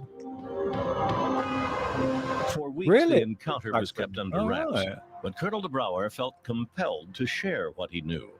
During an interview with a reporter from one of Europe's most popular magazines, de Brouwer described what happened. Within days, de Brouwer called a news conference and told reporters Alright, from nice, around my the man. world That's what he awesome. knew and what he didn't know. This is what the pilots saw on their radar. The UFO appears as a diamond in the center of the screen. What these pilots Oh, that's awesome. detected was well outside the normal flying envelope of an airplane. In other words, sometimes they had what we call lock-ons on a target. No, I don't, mate. which No, I don't think gave so. Parameters varying from speeds XCOM. between PS1, 150 knots till 990 knots. An acceleration which occurred in a few seconds. These speeds would be impossible to tolerate. Well, I'll tell you what I for do a have. human Hold on. being. Colonel de Brouwer never suggested the mysterious flying craft was from outer space. He only said its speed and rate of acceleration were unexplained. Over the next few months, the sightings became more sporadic, and the Belgian wave came to an end. Did the skies over Belgium become a way station for alien spacecraft? If not, what did thousands of people witness? Physical evidence is the key to proving the existence of UFOs. The Belgian wave, despite hundreds of credible eyewitnesses, has produced only one piece of convincing evidence: a photo taken by a civilian bystander in the town of Petit Réchon. The photo was examined by former NASA scientist Richard Haynes, a specialist in vision, optics, and human perception. My analysis of the Petit Réchon photograph suggests very strongly to me that the object that was photographed does not obey laws of physics as we know them. Second point I would make is it's not a forgery. And finally, I think that there may be some clues in this photograph having to do with propulsion and lift. Belgian scientists and skeptics tried to calm what they considered the UFO hysteria of the Belgian wave. A professor at the Astrophysics Institute at Belgium's prestigious University of Liège, Pierre Mega. The only thing I've got in terms of aliens, actually, no, I have the X-Files game on PS1, but it's actually this: Roswell Conspiracies, Aliens, Myths and Legends, and I got that because me and the missus will always go to like gaming places, and yeah, I tried to buy like the cheapest games, but I saw that the Roswell Conspiracies. I'll grab that. Like even like Tekken and Metal Gear Solid, and even Medal of Honor. Now, you look at the price; is astonishing. Decided to put the Petit Réchon photo to his test. We try to reproduce this photograph, and we produce this picture, which is well, very close to the original picture. So I think the only way go ahead and to try to understand more is to do as we did, to analyze the witness report together with the photograph and to see if everything is consistent. And there are Hey, so many free bands, nice to see you, inconsistencies man. Welcome on in. that Nice to it's very see hard you. to believe it's a true picture. I don't see how someone could recreate this down at the almost the grain level of the film. The most convincing evidence All for the right, skeptic's nice. position involved the radar lock-ons of the F-16s.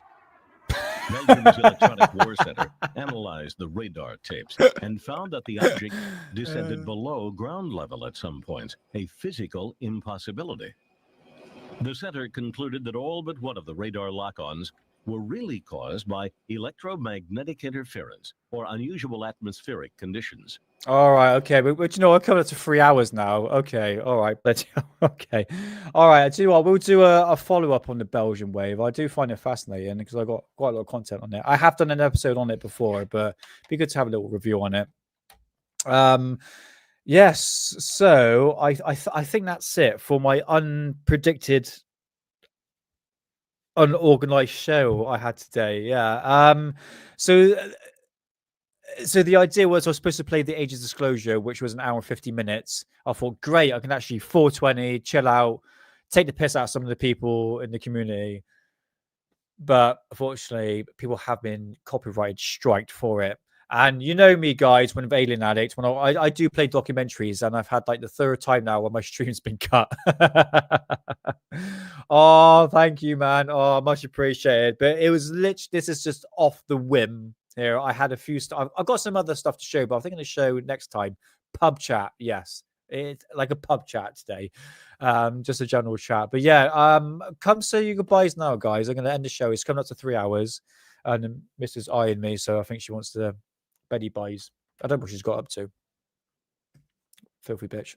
I'm joking. Right. So Tuesday, we will be introducing Jenny once again. For this. Sorry, I had a brain fart then. So Tuesdays, we'll be continuing part 2 of UFO Magazine from 1998. We'll be going through the KGB files, and Jenny will be doing a lot of the job for me as well. I'll be breaking things down into bullet points so you can get an overall perspective. So the idea of the people in chat, people that are new to this channel, we go through old magazines to see what ufology was saying back in 1998. So we pick this month of November, and I'll pick a magazine from November, but from 1998, 1992, 1985, etc., and see what ufology was saying back then compared to what it is now. And it basically it's just regurgitating information that we're seeing. Like there's nothing new. It's just it gets recycled over and over again. Not necessarily a bad thing, but it's a learning curve. It's a learning curve. I remember the 90s were pretty much height for UFOs and aliens. I mean, X-Files, Men in Black, Independence Day, amongst other things as well. That was pretty much in pop culture at the time. So yeah, interesting stuff. But yeah, go check out on Tuesdays at 8 p.m. And also you can follow me here on Fridays at 9 p.m. Talking all things UFOs and all that sort of stuff. So yeah, come say goodbyes now. Oh, thank you. That was the aim. But bear in mind, I did talk about food for like an hour. But no, thank you, Comedian UK. Thanks for giving the shout out as well before the show, or to do with the copyrights and all that, because it was crossing my mind, but until people started saying it, I don't know, I thought I'll capture on and say, do you know what? I don't want the copyright strike, but no, much appreciated, brother. Capcom, are they still going? Are you still going? Oh, thank you, Sheep Bob. Very much appreciated. Bob Lazar, Rocket Man, thank you so much for being in chat. Much appreciated. Moody, I remember XCOM UFO Defense on the Commodore Amiga in 1994. And before that, it was on the Spectrum. The original game was inspired by Lazar Squad. Oh, really? Oh, that's interesting. Oh, fascinating stuff, man. Free Bands, nice to see you. Thanks for being in chat. And Kernau, is that right? Thanks for being there, man. Yeah, we're all friendly here, man. We're all good. Despite me looking like a gay boy band member. But Rory, thank you so much, man. we like to kid around here. We like to have a joke about. But yeah, I hope you enjoyed the show. Yeah, the age of disclosure came at today for they want that I paid $18.99 for it. Kind of wish it. Well, I'm going to watch it anyway, but I was going to fucking bootleg it instead. Paul Robertsons, thanks for being there, man. And Chameleon, thanks, much appreciated. And yes, thank you, much appreciated. Thank you. And hangs tight. John Strokes, Paul Robertsons once again, and yes, food. That's it. And oh, Sadie, thank you, Sadie. Nick, say laser. Is that right? Oh, Lazar. Oh, laser. Sorry, I thought we said Lazar there. I'm into the show now. Corell's cat. Nice. Thanks for being there. And yeah, to everyone in chat, thank you so much. So yeah, catch you Tuesday at 8 o'clock, or catch you next Friday for another episode on Alien Planet. If you like what you see, please like and subscribe and spread the word. Be much appreciated. And I'll catch you Tuesday or Friday. Have a wonderful weekend. And yeah, eyes to the skies, guys. And remember, they're watching you, watching us, watching them. See you soon.